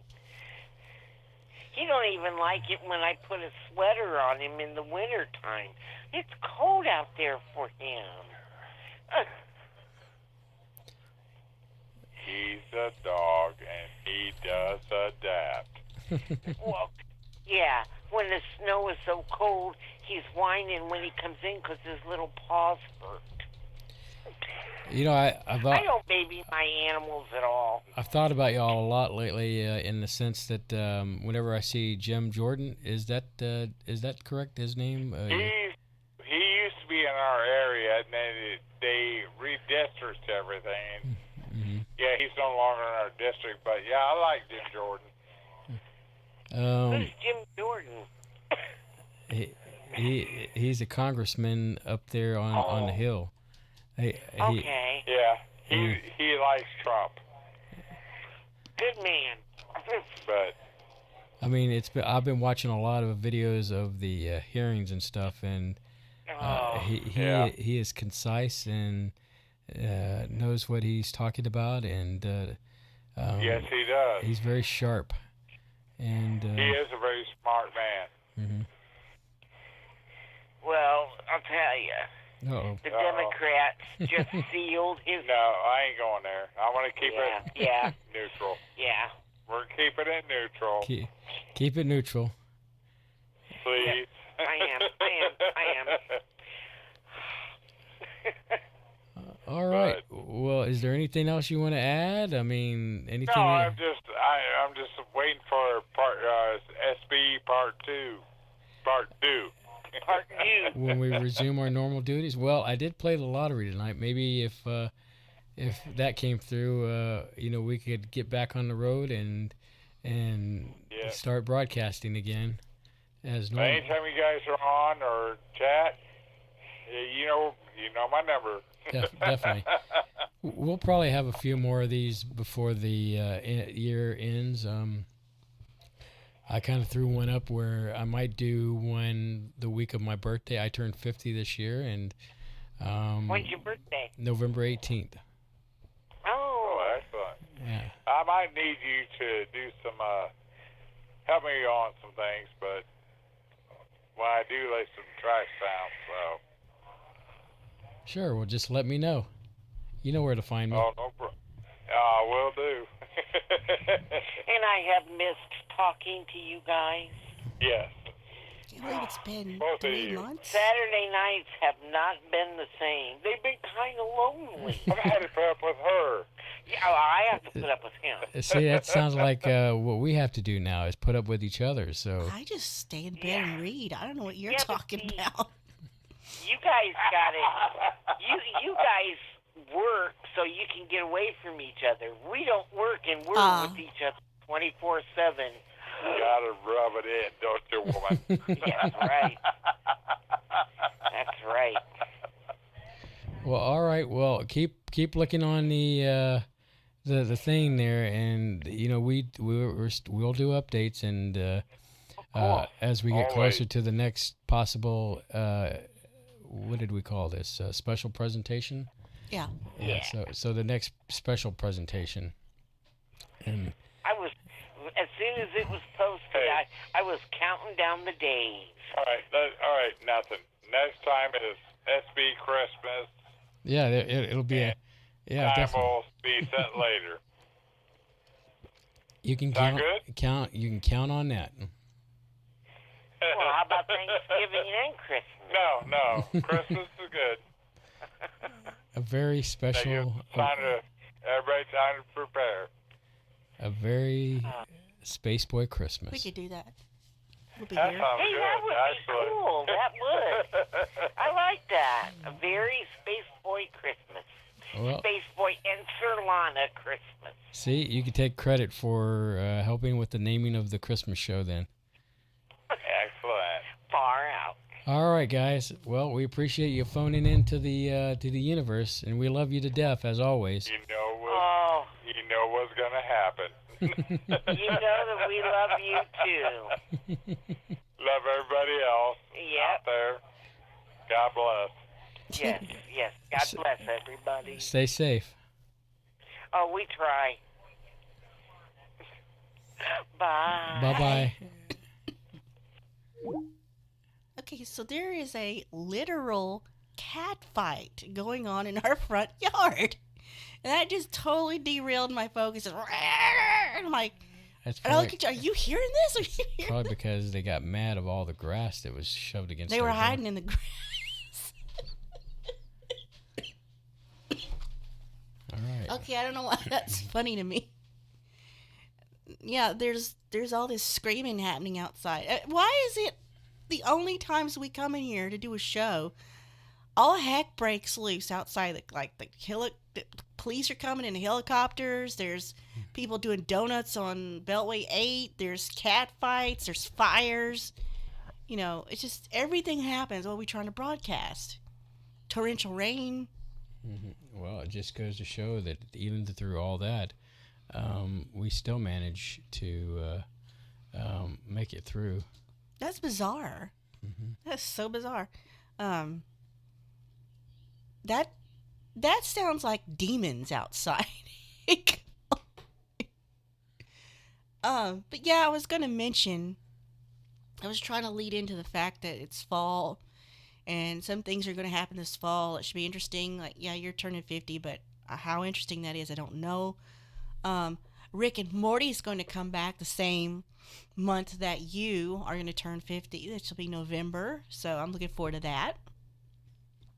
What, and me then turning 50 or? And then another thing's going to happen, which you might find interesting in November.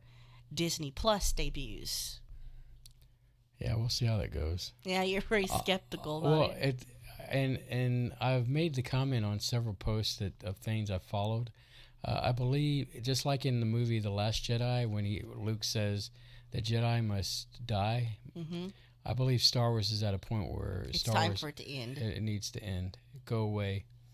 Not forever. Maybe come back when it gets its act together. But I think it needs to end.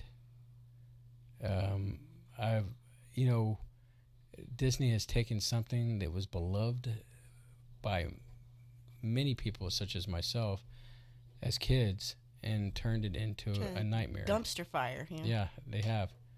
And now they want to put Brie Larson into a Star Wars movie. Maybe we should go to break before this gets ugly. Well, it's a little early. Yeah, so. Is that you? Yeah. That's me getting angry about the Brie Larson.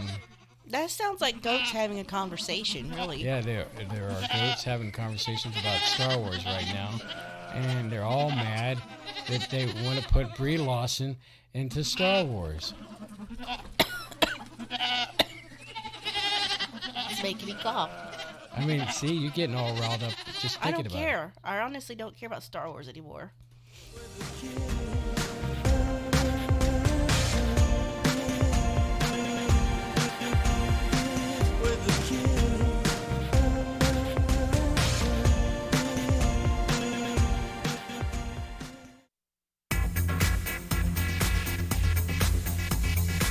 You are listening to Spaceboy Universe on the SVU network. Explore the universe with Spaceboy and Sir Lana.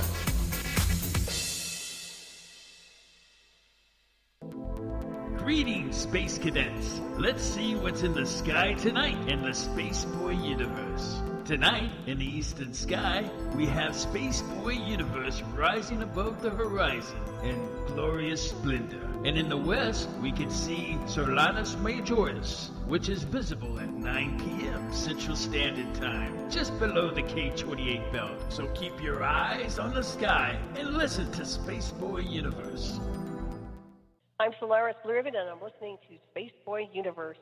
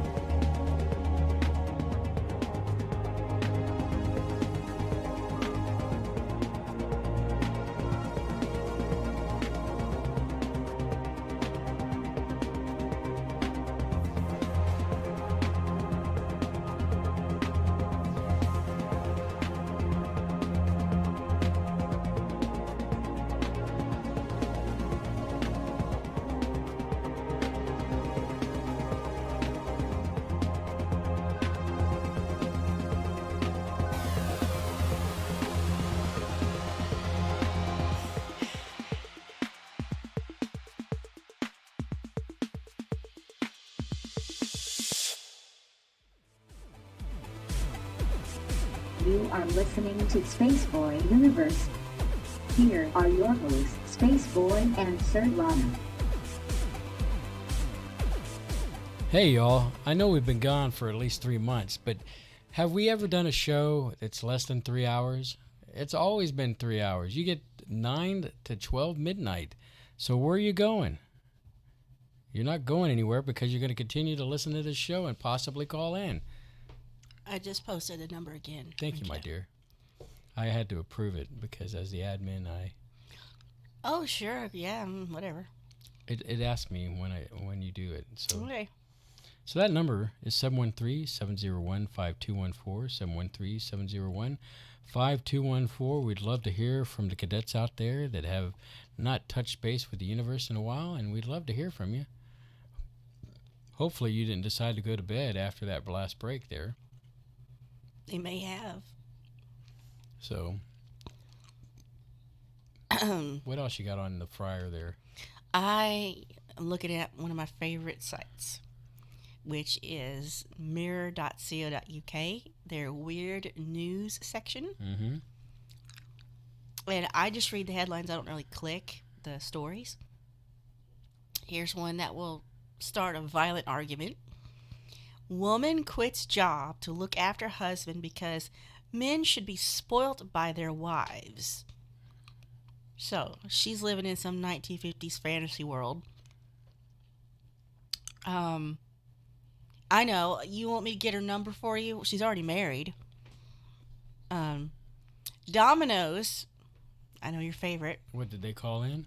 Offering dream job as garlic bread taste tester, but there's a catch. I don't know what the catch is. I hate clicking on these because they usually start videos. You know, that's why I don't click on them. But what the catch is, they need a chief garlic bread taste tester, and you must have a minimum of 5 years in garlic bread consumption. You'll spend a day sampling the company's garlic breads. You'll be paid for your time. But it's in Brisbane, Australia. Like, that's terrible. So you'd have to go down there for that job. But honestly, would that be so bad? To go down to Australia? To taste garlic bread all day? How much they paying? I don't know. It didn't say. They probably wouldn't want me to come down. After I've been so mean. Yeah. No, your name is Mud. Using your phone on the loo, the toilet, is giving you hemorrhoids, doctors warn. I don't see how, but... Probably because you're sitting there too long. I'm just looking at UFO videos that were not meant to be made public confirmed as real by U.S. Navy. Maybe you've heard this already. And I can't click on it because it'll play a video.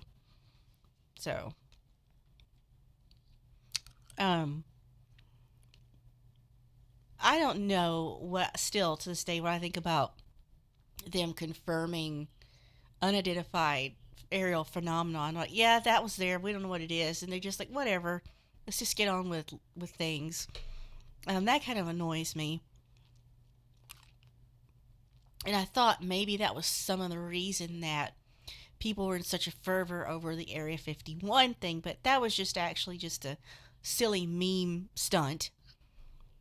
I wish it was more, there were more people who would band together to try to get truths out there and find them out, but I don't think it's going to happen.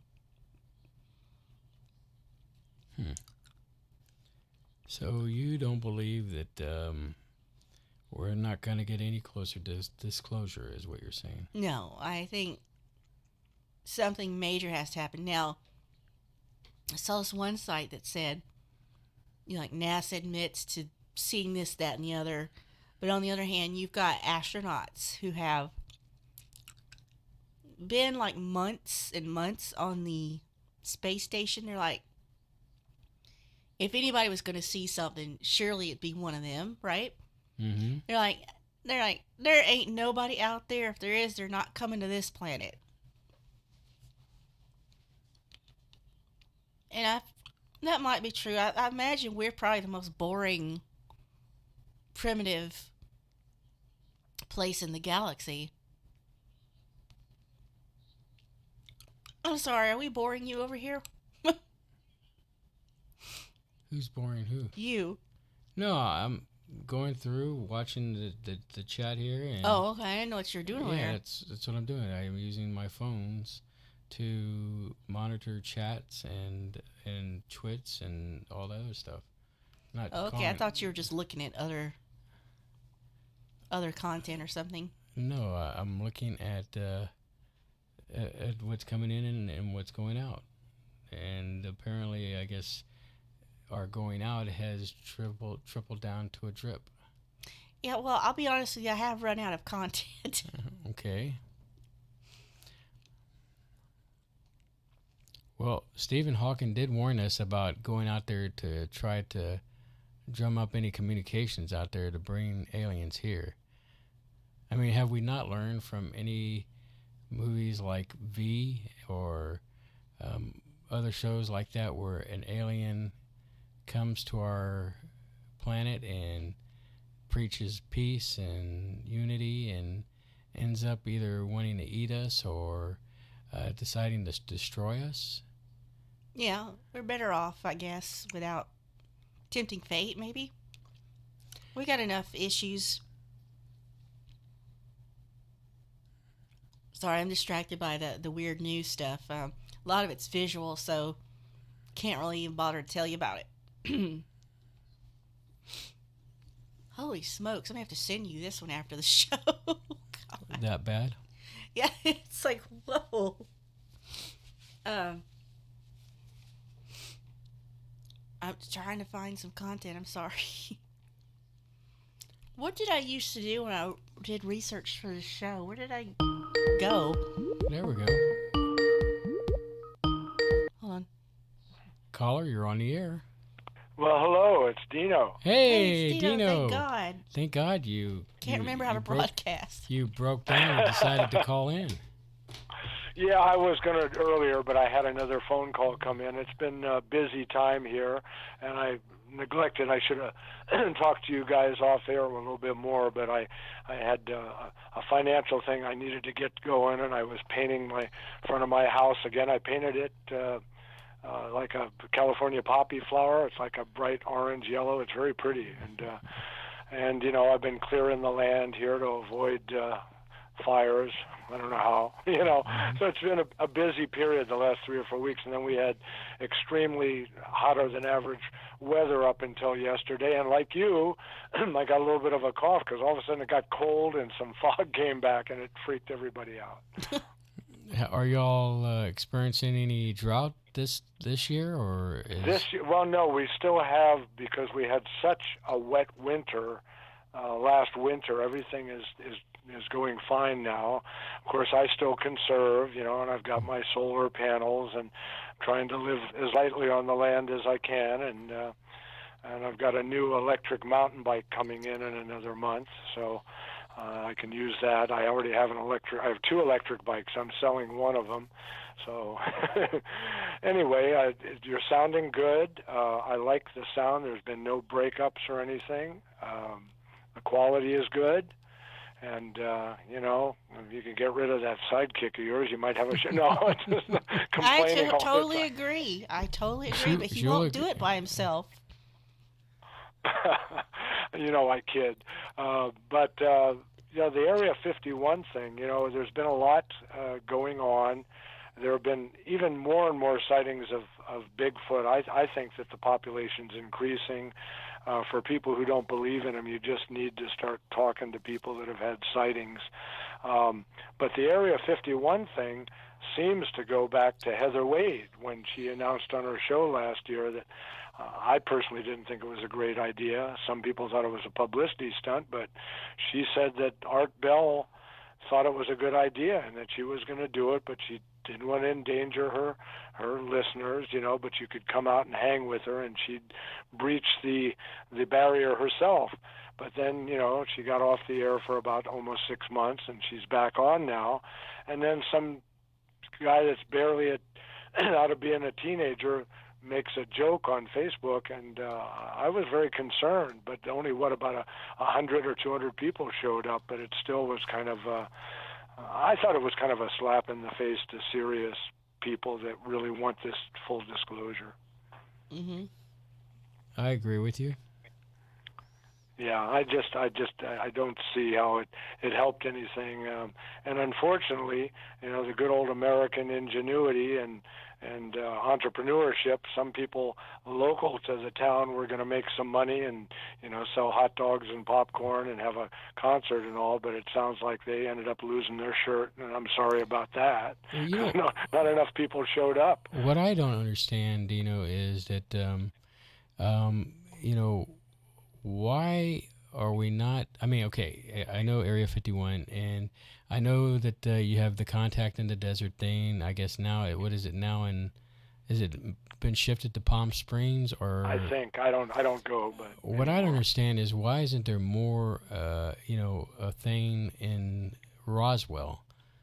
And, you know... having more... Well, Socorro, too. Yeah. You know about the Socorro crash Yes. that was supposedly before Roswell, and that one or the other one was intentionally brought down, they think. They weren't crashes. Right. And I'm surprised that there isn't more of a push to have more, I guess, groupings getting together at those locations, because there's significant pinpoints of history that revolve around the UFO phenomenon. I mean, don't get me wrong. I'd love to stay in a nice, cool place in the middle of the desert and get together and see a lot of the speakers that we got to see at Contact in the Desert. But I think it would be way cooler to tap into the original energy that where these crashes took place, and kind of add to the flavor, if you will, of people getting together around, Roswell and Socorro, and bringing people together, I follow your logic, and I agree, and especially since if you want to find out something, there still could be, even though the military cleanup crews probably comb those areas, I do have to agree that, you wouldn't be breaking any laws.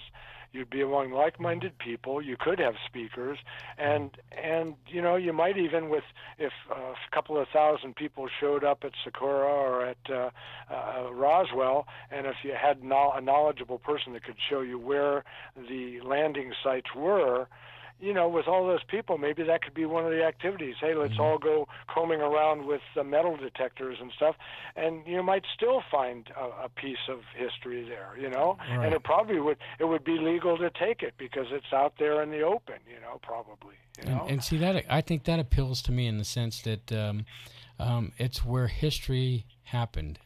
History took place. You get all these, like, for example, the Battle of Gettysburg.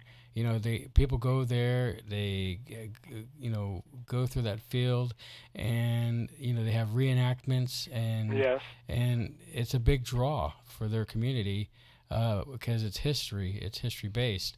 And I think that if they were to manage, like a Roswell event to that effect, like they've put in the energy for the storm Area 51. Now I know you have Area 51. They want to find out what's going on. I mean, it's been kind of like that since the 90s, ever since Bob Lazar came forward and told his stories of being out there and looking at the sports model and all that other stuff. And but I think that if you really wanted to be more effective, then I think an event around the Roswell area in New Mexico would be the big thing to do. And then plus, I think it would probably draw some more people there just for the simple fact that it's more centrally located in the United States, to where more people that maybe live east of the event would be a lot easier to get there. Now, I know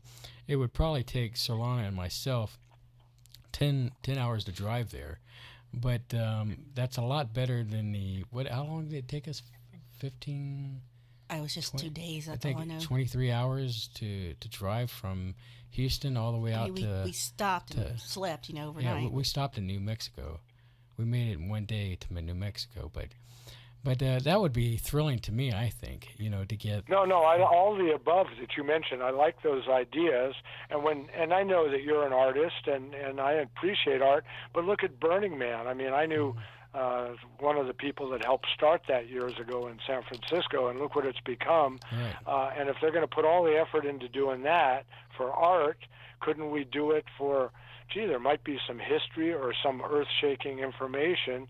I could see if someone would set it up, it'd have to be maybe, I don't know if the accommodations would be, but if people can go out in the Black Rock Desert and do all that, we could do something, and then you might get a few of the full disclosure celebrities, so to speak. I don't know who. Richard Dolan or someone that was on a radio show or Stephen Greer. Maybe they would show up there.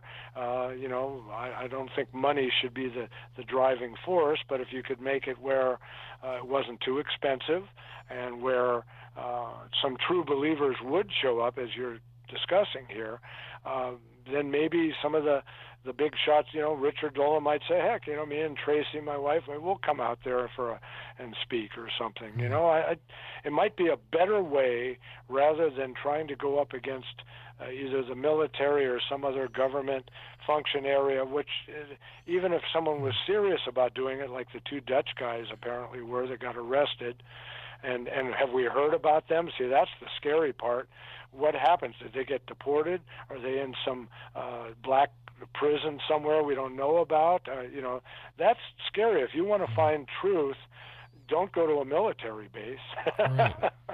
And get yourself locked up forever. And I also want to point out that I'm not trying to put Contact in the Desert down. I enjoyed myself out there when I went. Oh, so did I. And I had a good time with everyone. The Fate or Not family was fun to just hang out with, and but I just I get frustrated in the sense I'm saying there's something closer, and it seems like the only events that's kind of closer to the area that I'm in is the I guess the one in Arkansas.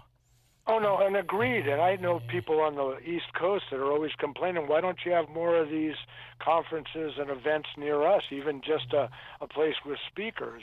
Now, because there have been as many sightings, probably, I don't have the statistics, on the East Coast in Canada and as out here in the West, even though this seems to be where a lot of the current interest is. Right. Yeah, and so that's something that I thought it was a joke. I ridiculed people that were going to go to that, but when I watched a couple of live feeds on Facebook and YouTube from people that went and streamed it, some people had a good time there. Did you happen to see any of those?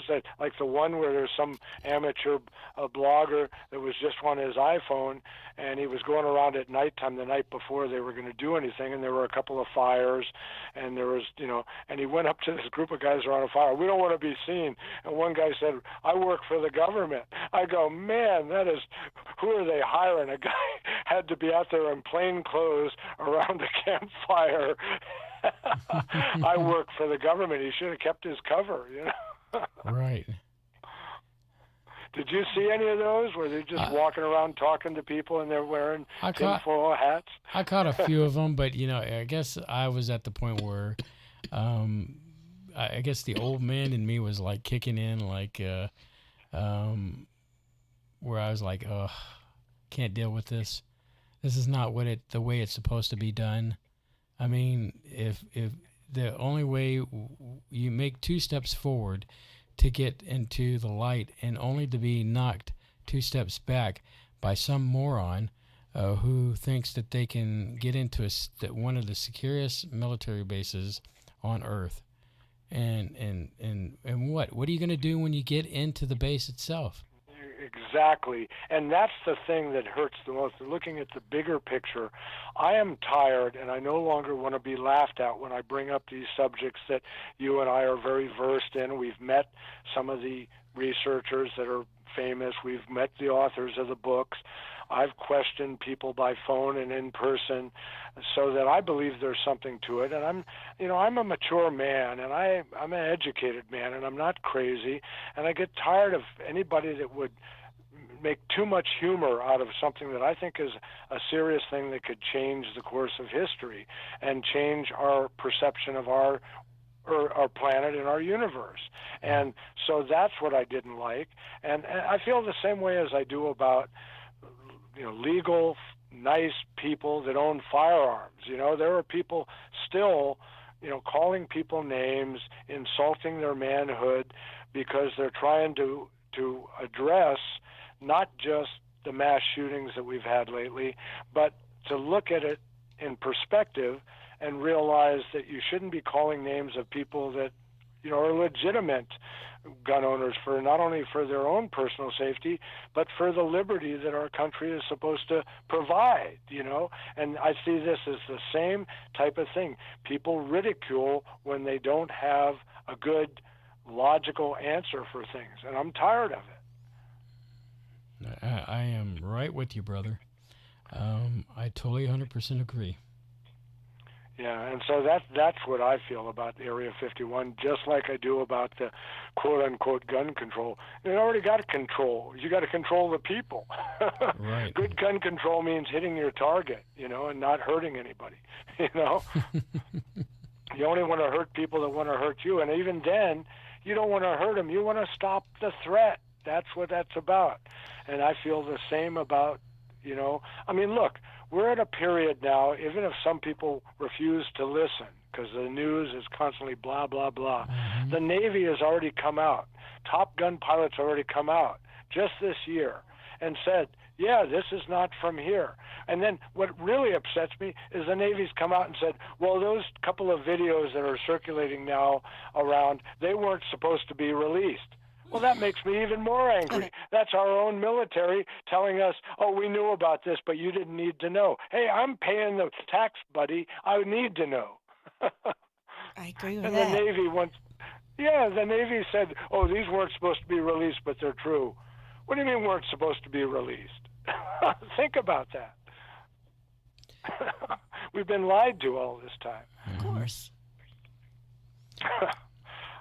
Anyway, sorry, I didn't mean to get too excited. No, Anybody... I would probably be getting excited with you if I didn't have this congestion and start going into a coughing fit. So now you guys don't vape, do you? No. That's another thing. See, I remember saying that 2 or 3 or 4 years ago when someone we know was, oh, I'm coming out with my own vape flavor, and I told him, I said, vaping's no better for you than smoking. You want to make money off of that? You're as bad as the tobacco company. I will say this about the vaping thing. At least it gets people off nicotine and smoking, regular smoking. And I think that there might be a situation where you have some of these third-party vape juices that might be causing the issue. I made the analogy with the I don't know why I have Solaris on the brain. Sorlana. You could say my wife. I could. Yeah, your You wife. could say that.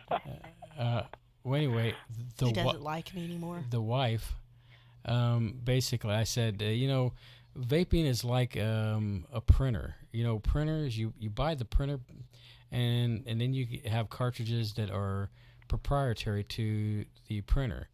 But you can go out and buy third-party cartridges. But what happens is, the main manufacturer of the printer says that if you do that, you risk damaging the equipment because, they can't guarantee the quality of those cartridges. And I'm led to believe that the vaping situation that we're experiencing is that you have these juices, if you will, that are made by third parties that are not up to the standards of what they should be for the primary juices that are out there on the market, and that's what we're. Well, given that they're unhealthy, yes.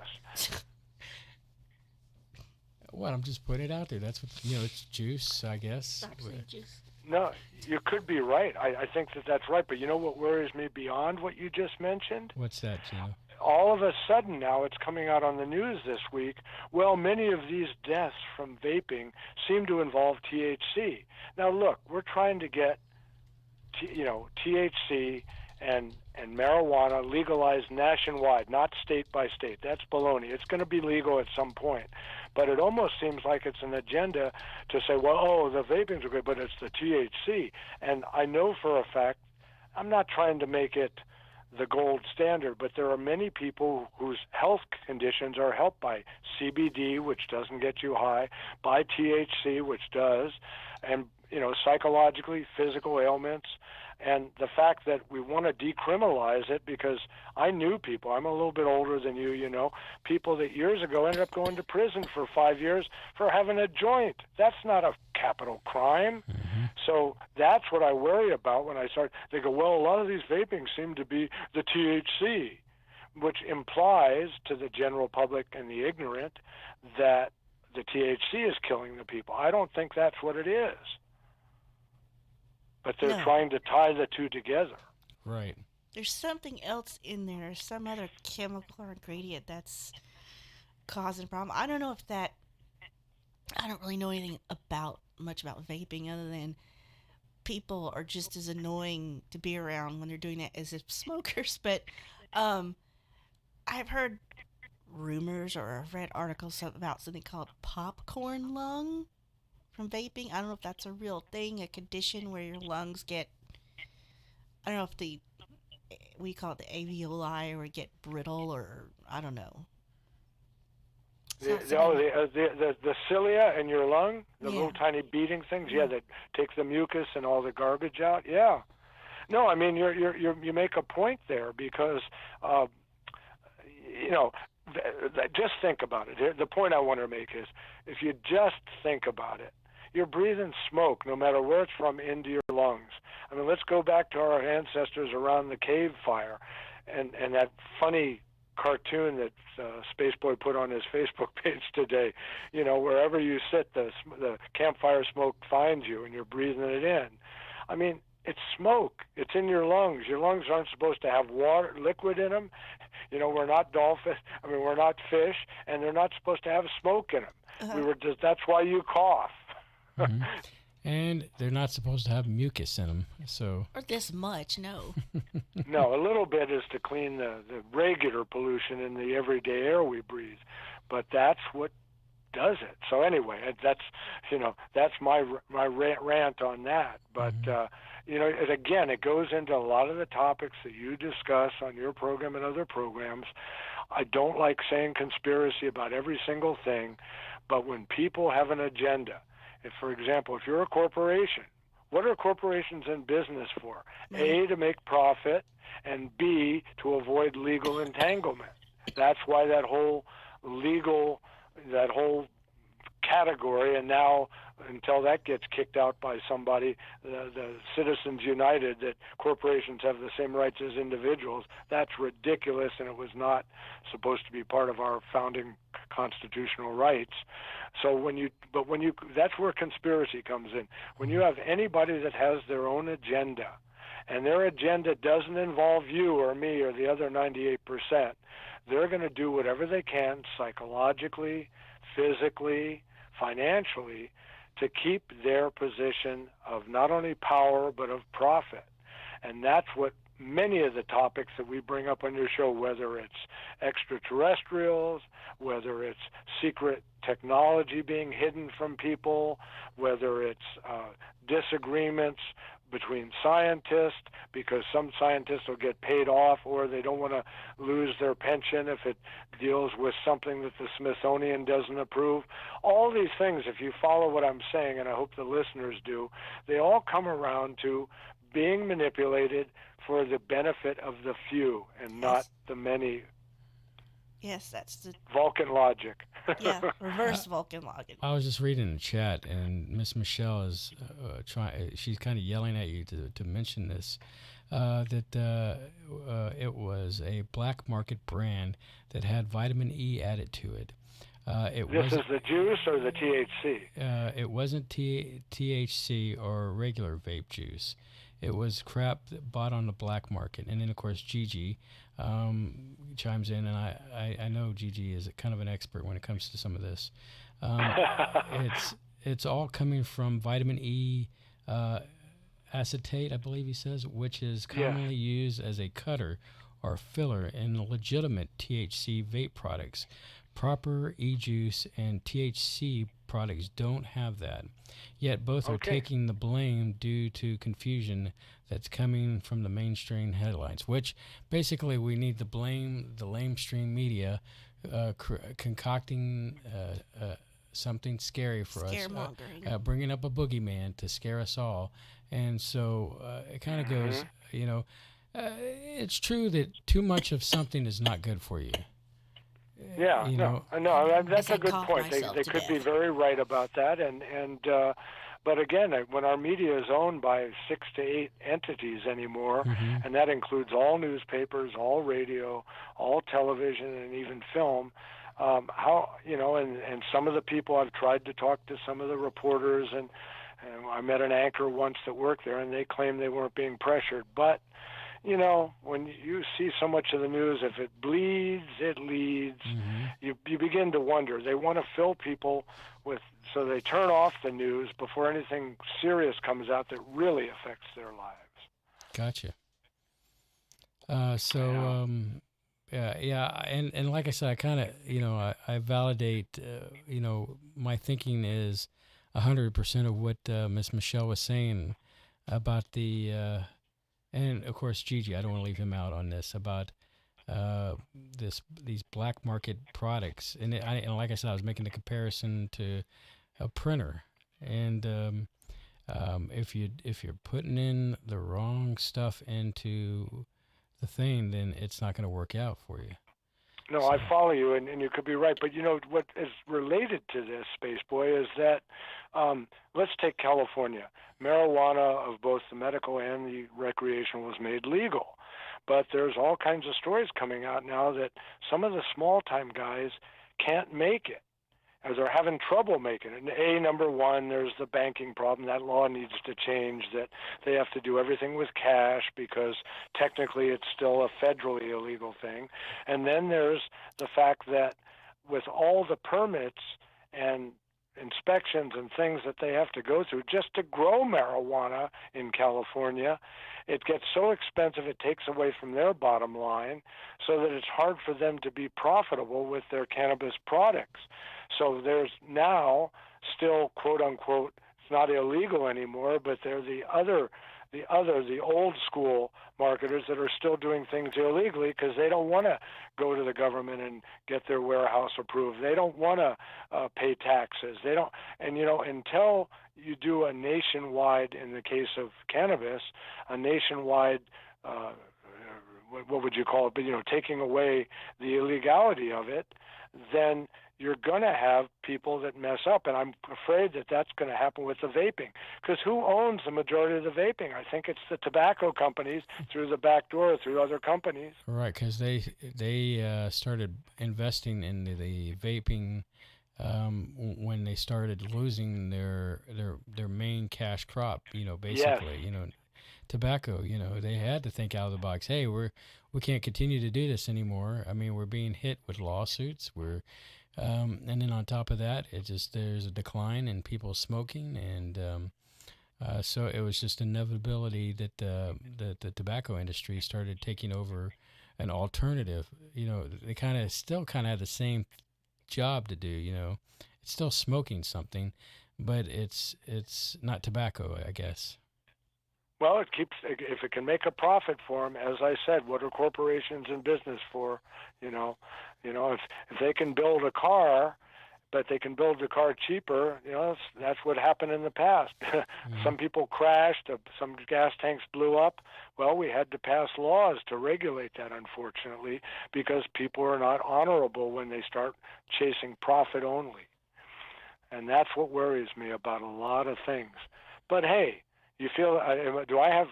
Is it break time? Do I need to go or what? No. If do you want to stay a little bit longer?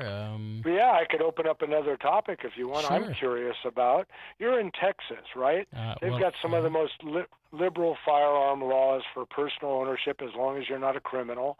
What's it like there? I mean, you hear anti-gun people say that, oh, well, they still had a mass shooting, but isn't it true that so many parts of Texas, so many people can conceal carry now that the criminals think twice? Isn't the crime rate kind of going down?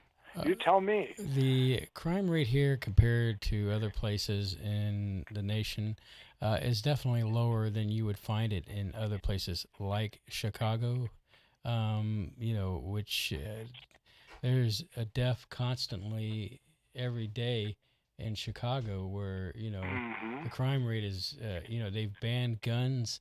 I say they banned guns, but I know that they do not have the abilities like us where we can conceal and carry. And the thing is that Texas is kind of a unique state in the sense that everybody has looked at it as the Wild West. And gunslingers with their guns on their hip, and I guess that's the image that a lot of people take away, and that we have 2.5 horses in our garage, and but the reality is that we are fierce because we want to be able to protect ourselves, and the the guy that's running for president, Beto O'Rourke, man, don't I could say some things when he plainly said during their Democratic debates that he would take away our guns without due process is crazy. Because a lot of Texans are not going to put up with that. And depending on where you live, like for example, Austin, Texas is pretty liberal. It's pretty blue when it comes to Austin. But for the rest of the state, we're pretty red as far as where we stand in our ideas and our beliefs. And so when it comes to gun ownership, we understand our rights and what it means to carry a gun. And then it always frustrates us when they paint like an AR as the most lethal weapon in the whole world, and no one should own one, and blah blah blah. And why do you need an AR to hunt deer or do this or do that with it? It's not the point of whether we want to hunt deer or not with it. It's the fact that we have rights that are protected by the United States that allow us to carry these guns. And that's an important point. And if I could just add, you keep your thought, but sure. When people argue the Second Amendment with me, one of the best arguments I saw was they say, well, it says militia. But if you read it exactly as it was written, it's a compound sentence. It does mention militia, but then it says, and the right of the citizens to keep and bear arms shall not be infringed. So it says both. Anyhow, go on. I've got more to say, but continue with your thought. And so that leads me to get frustrated because then they say, well, we need to pass more laws to make it more restrictive to get these things. We have laws on the books that you have to pass so many days after you've done a background check, and it always gets me. I think the real issue here is the mental health of our nation, where people who are not quite all there in the head succeed at getting a gun or acquiring a gun. I think I was reading an article once where a guy went to a gun shop to buy a gun for the sole purpose of, because he was not in his right frame of mind, could not pass the background check, and went to another gun store and they denied him again. And then he went out, and how he got caught was he was asking out on the street if somebody could sell him a gun. And so in that situation, the system worked as it was supposed to. I feel sick to death that a lot of people in El Paso got killed by somebody, but it was because someone who was mentally ill that shot up these people, and that is the issue that needs to be addressed. It's not, and here's my next frustration here is that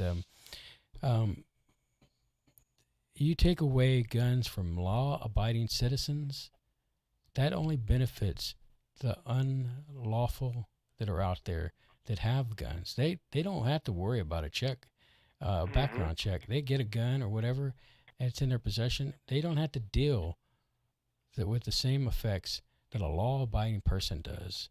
And it frustrates me that the yahoos up in Washington point the finger at us as, we're trying to make us into villains just because we want to keep our guns or have the ability to purchase guns. And I was watching a thing where Sheila Jackson Lee, one of our representatives here, was trying to describe holding an AR, and she was saying it was heavy, like 2 boxes, and the way she kept on describing it, she's never held an AR in her hand to save her life. This is the same lady that basically described about if the men who went to Mars had put a flag up there, and I'm sure you could do your research on Sheila Jackson Lee, but Well, while you have that thought, we have in California a new senator, Kamala Harris, and I've met Kamala. I met her when she first ran for a city office, and I didn't like how she would go off. She's intelligent, and there are other things I could tell you, but I won't say in public. But one thing that we all knew. She's now on this anti-gun bandwagon, but it's a fact that she has a concealed carry permit and carries a pistol in her purse. Of course, now I don't know what she will do with it, but still, if you go anywhere near a state capitol or, the White House, they've already got plenty of security. If I had that kind of security, maybe I wouldn't want to own one either, but that's that point. And I've got some other points to make when you continue about the Chicago thing, but continue. I'm sorry to interrupt you. Oh, no problem. It's a dialogue going back both ways. Now, if you're referring to Kamala and her love interest that she had, yes, that's a part of me that feels like I can't vote for her. I don't even like. I've met people that have her tone and her cadence, and I don't like people like her. I could tell that, and it's not a race thing. It has to do with the fact that intellectually, I cannot vote for her based on how she's come across and how she's presented herself. And but getting back, you mentioned Chicago.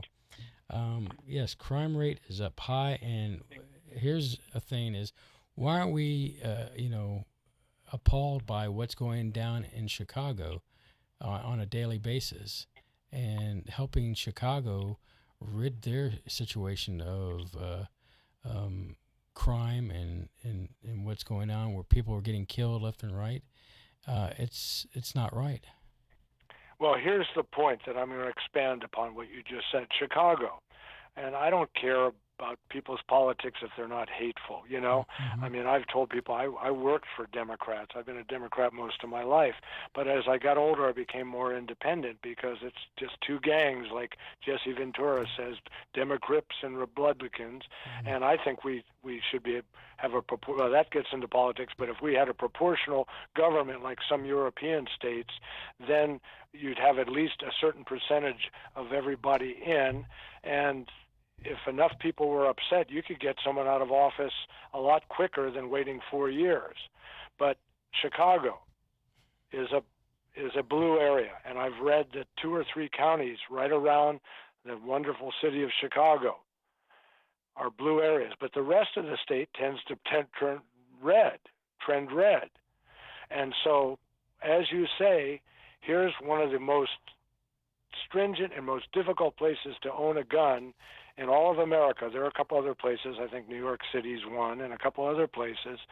But as some state legislators are going to find out, instead of all this anti-gun rhetoric we've had the last few years, there's going to be people fighting back because, even in a state like California, there's a lot of rural areas where a rifle or a pistol is nothing more than a tool, just like a wire cutter, when you're out in the country where you don't have law enforcement close and personal. And even in the big cities, in the middle of the night, even with radios and telephones, how long is it going to take someone to respond, that's a peace officer? And by the time they get there, you're either gone or they're going to just take a report about the criminal got away.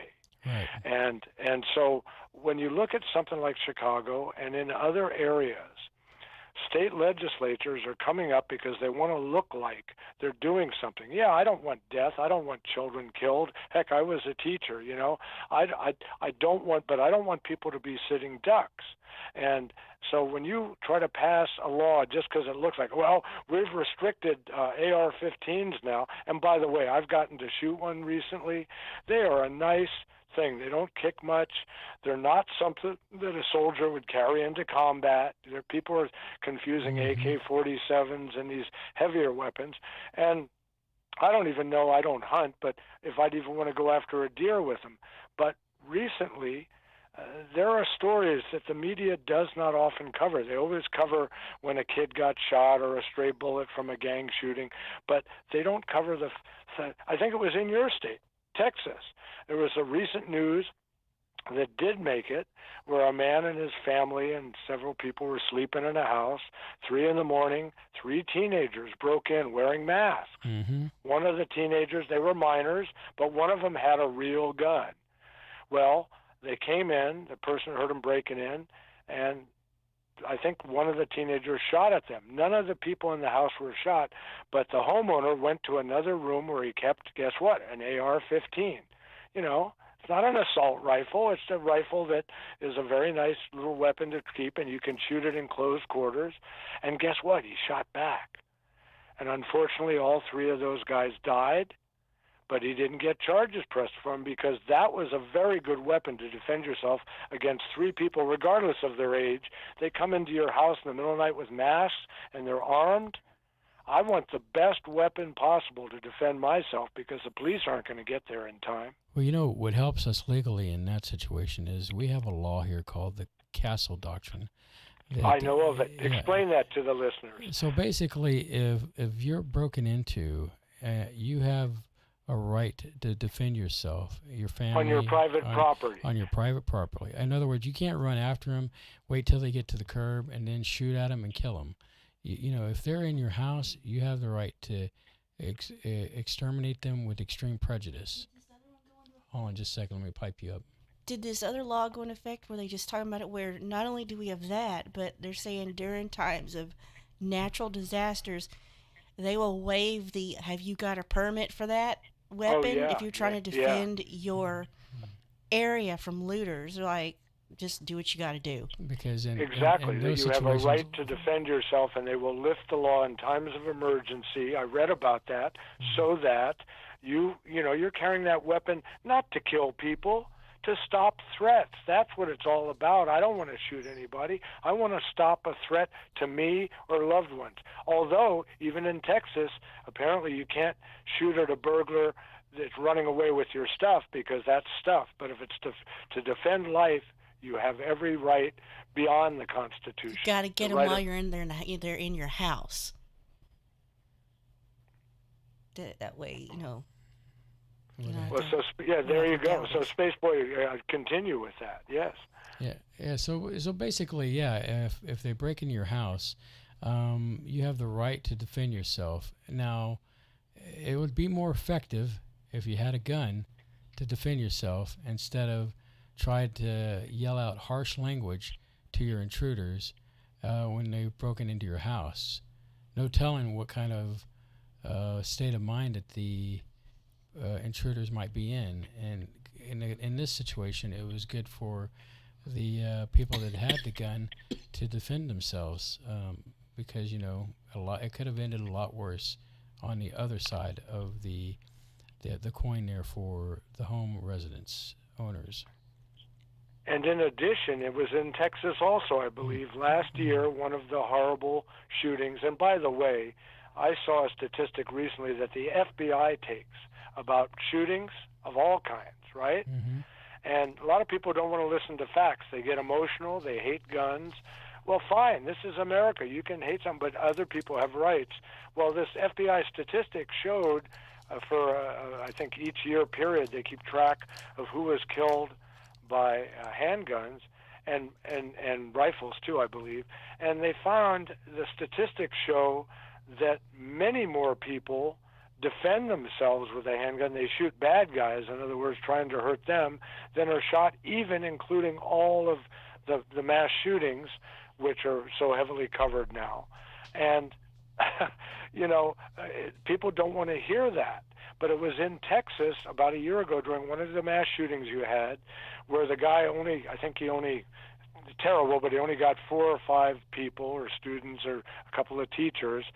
And a neighbor across the street from the school happened to own it was a registered AR-15 and shot back at the guy. He wasn't the greatest shot, but he wounded the guy enough that the guy doing the shooting said, oops, I better get out of here, and went to go somewhere else, and then was able to be apprehended by the police. But had that neighbor not come out and shot at him, he might have said, oh, no one's stopping me here, I'll continue. Right.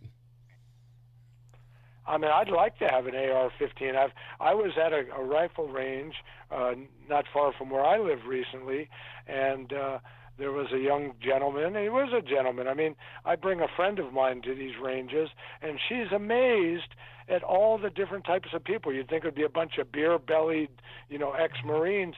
No, it's the teenagers and couples and senior people, and you shooting even all have kinds people. of weapons. You even have people during their lunch break from work will go to these gun ranges, and just to keep up their practice and just for the fun of it.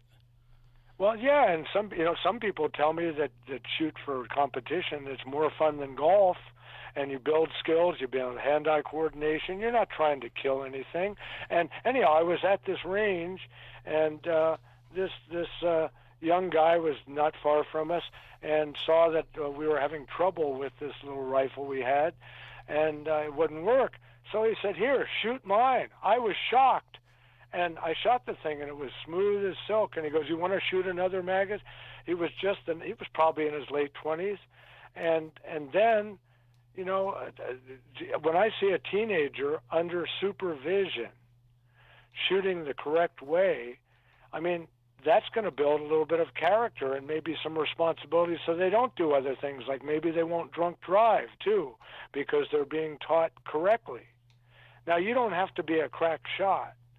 But just the fact that you would know how to handle a weapon safely so you don't injure anybody, and you know that you only point and shoot at something you intended to hit, there's going to be a lot less. And the gang members that do these drive-bys and all, a lot of them don't know how to shoot, and they're all nervous, and they hurt people. But someone that has a little bit of training, even if it's video training, and learns that you don't have to be afraid, but you know how to handle, just like you'd handle a power saw. You can kill yourself and cut off someone's hand, but when you're taught the proper way to use it and you're paying attention, it can do a lot of good. And so anyhow, that's the final thing that people argue with me about. I go, well, the final and the main reason is not self-defense that we have a Second Amendment. It's to preserve our liberty and to stop tyranny and dictators. And people then respond to you. You've probably had this too. Well, they've got, F-18s and bazookas. How are you going to stand up against that? And my answer to them is, well, it hasn't happened so far. And if enough people continue to legally have private ownership of weapons, even if some dictator or someone starts something like that, believe me, I'm not going to lie down like a bad dog. I want to at least have the opportunity to fight back. That's what America's supposed to be about, preserving your liberty. Right. I just wanted to add, or what when you were saying is, a little education goes a long way. When you educate somebody, it takes away the fear, the misunderstanding, and makes you better at something that otherwise people are just going to dismiss in fear and frustration. Exactly. And that goes to the final point in this argument that's going on now, very hot and heavy in America. Politicians trying to look like they're going to do something. They're not going to stop anything. I mean, in California now, they're making you show your license and check the state registry to buy ammunition. That's not going to save anybody's life. I mean, we had our own. He was a state senator. He's not any longer, but he was another local guy that I knew in the city, and he ran, and he was even doing some anti-gun stuff, and then they caught him and a Chinese gang leader importing illegal weapons. Talk about hypocrisy, and yet, again, the laws don't do it. It's the enforcement of laws we have. And then I want to ask Sirlana, as a woman, you got a mean husband, and you're getting abused, and I hear all these people say, we got to take guns away from abusers. Well, you're making it so strict. What about some of the women that maybe want a weapon to defend themselves so the guy doesn't come back when his ankle bracelet's taken off and hurt them and the kids? How do you feel about that, Sirlana? Yeah, you got the right to defend yourself. If you're in a situation where it escalates and you've got to get out, and I mean, you feel like your life is in danger and you know how to use that weapon, I would say go for it. Now, I'm sure it complicates things if you have young ones in the room or the building with you. That I can't answer to because I don't have kids, never had kids, and I don't want them. But maybe that's more of a gray area. So, but yeah, you know, I'm a Southerner. Just, guns have always been around, and I've had the proper training. I've gone through what you got to do to get a license, so I have a great respect for it, and I'm not afraid of them because if they're in the right hands, it's not something to be afraid of. It's just they get into these wrong hands because they're going about getting these weapons outside the system or the system illegally. Yeah. And that's the final point that I wanted to make was, so now a lot of localities, it's not a national law, I don't think yet, although with the stupid 9/11 laws that have taken away so much of our civil rights, there's these red flag laws that are coming up now. Mm-hmm. And at least in California, that already has been abused. People have lost their lives via law enforcement because some neighbor or some nosy person doesn't like the fact that someone has a gun, or they heard someone say something in anger and they figure, oh, I know they have guns, and they immediately jump to the fact. And you can anonymously report someone and lie about them. How is that for legal? And the police can kick in your door at 3 a.m. with the tax squad and shoot you if you resist and forcibly take your guns that you have legally, simply because of these red flag laws that some people are putting on the books now, acting like somehow that's going to save a life, whether it's an abused spouse or anybody. It's not just mental health, it's recognizing bullying in schools. It's having enough staff to deal with people when they're young, when they start to have these mental health issues, so that they don't feel that, oh, I have to act out some way. Oh, a gun is the way.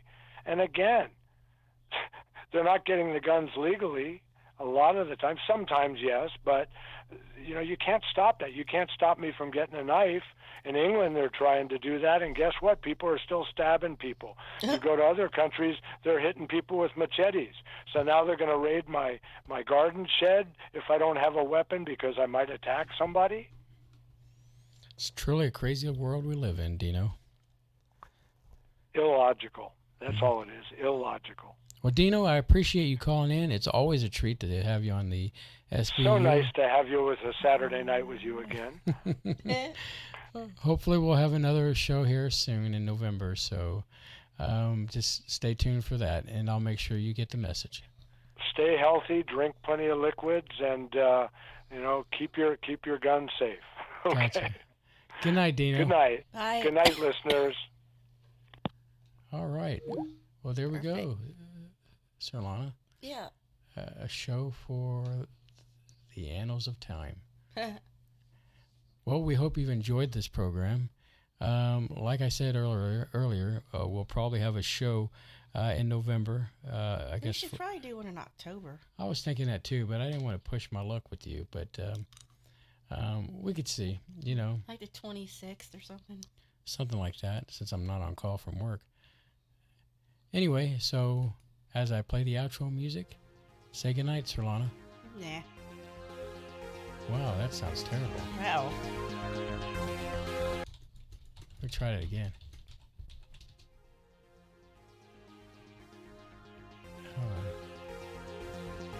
Hold on, I'll get it together here.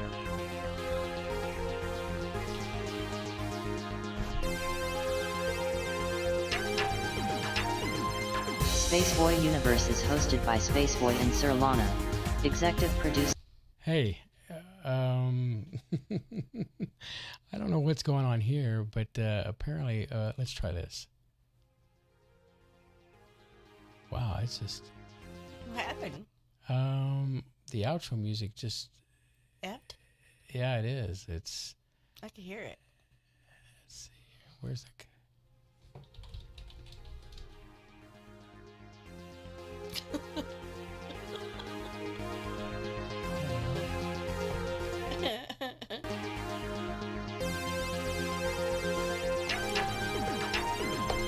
Spaceboy Universe is hosted by Spaceboy and Sir. Okay, I'm going to try this one other way real quick. Sorry, everyone. It was all going great until this last minute here. Open with... It's too funny. Let's see if it gets chewed up in Audiosity. Yeah, it does sound like someone's chewing it, huh? Can you just hum a few bars? Yeah, it's not... All right, ladies and gentlemen, this is the end of the broadcast. We hope you have been blessed by this program, and we'll see you in the near future. Everyone have a great evening, and thank you for showing up, Space Cadets. It was funny.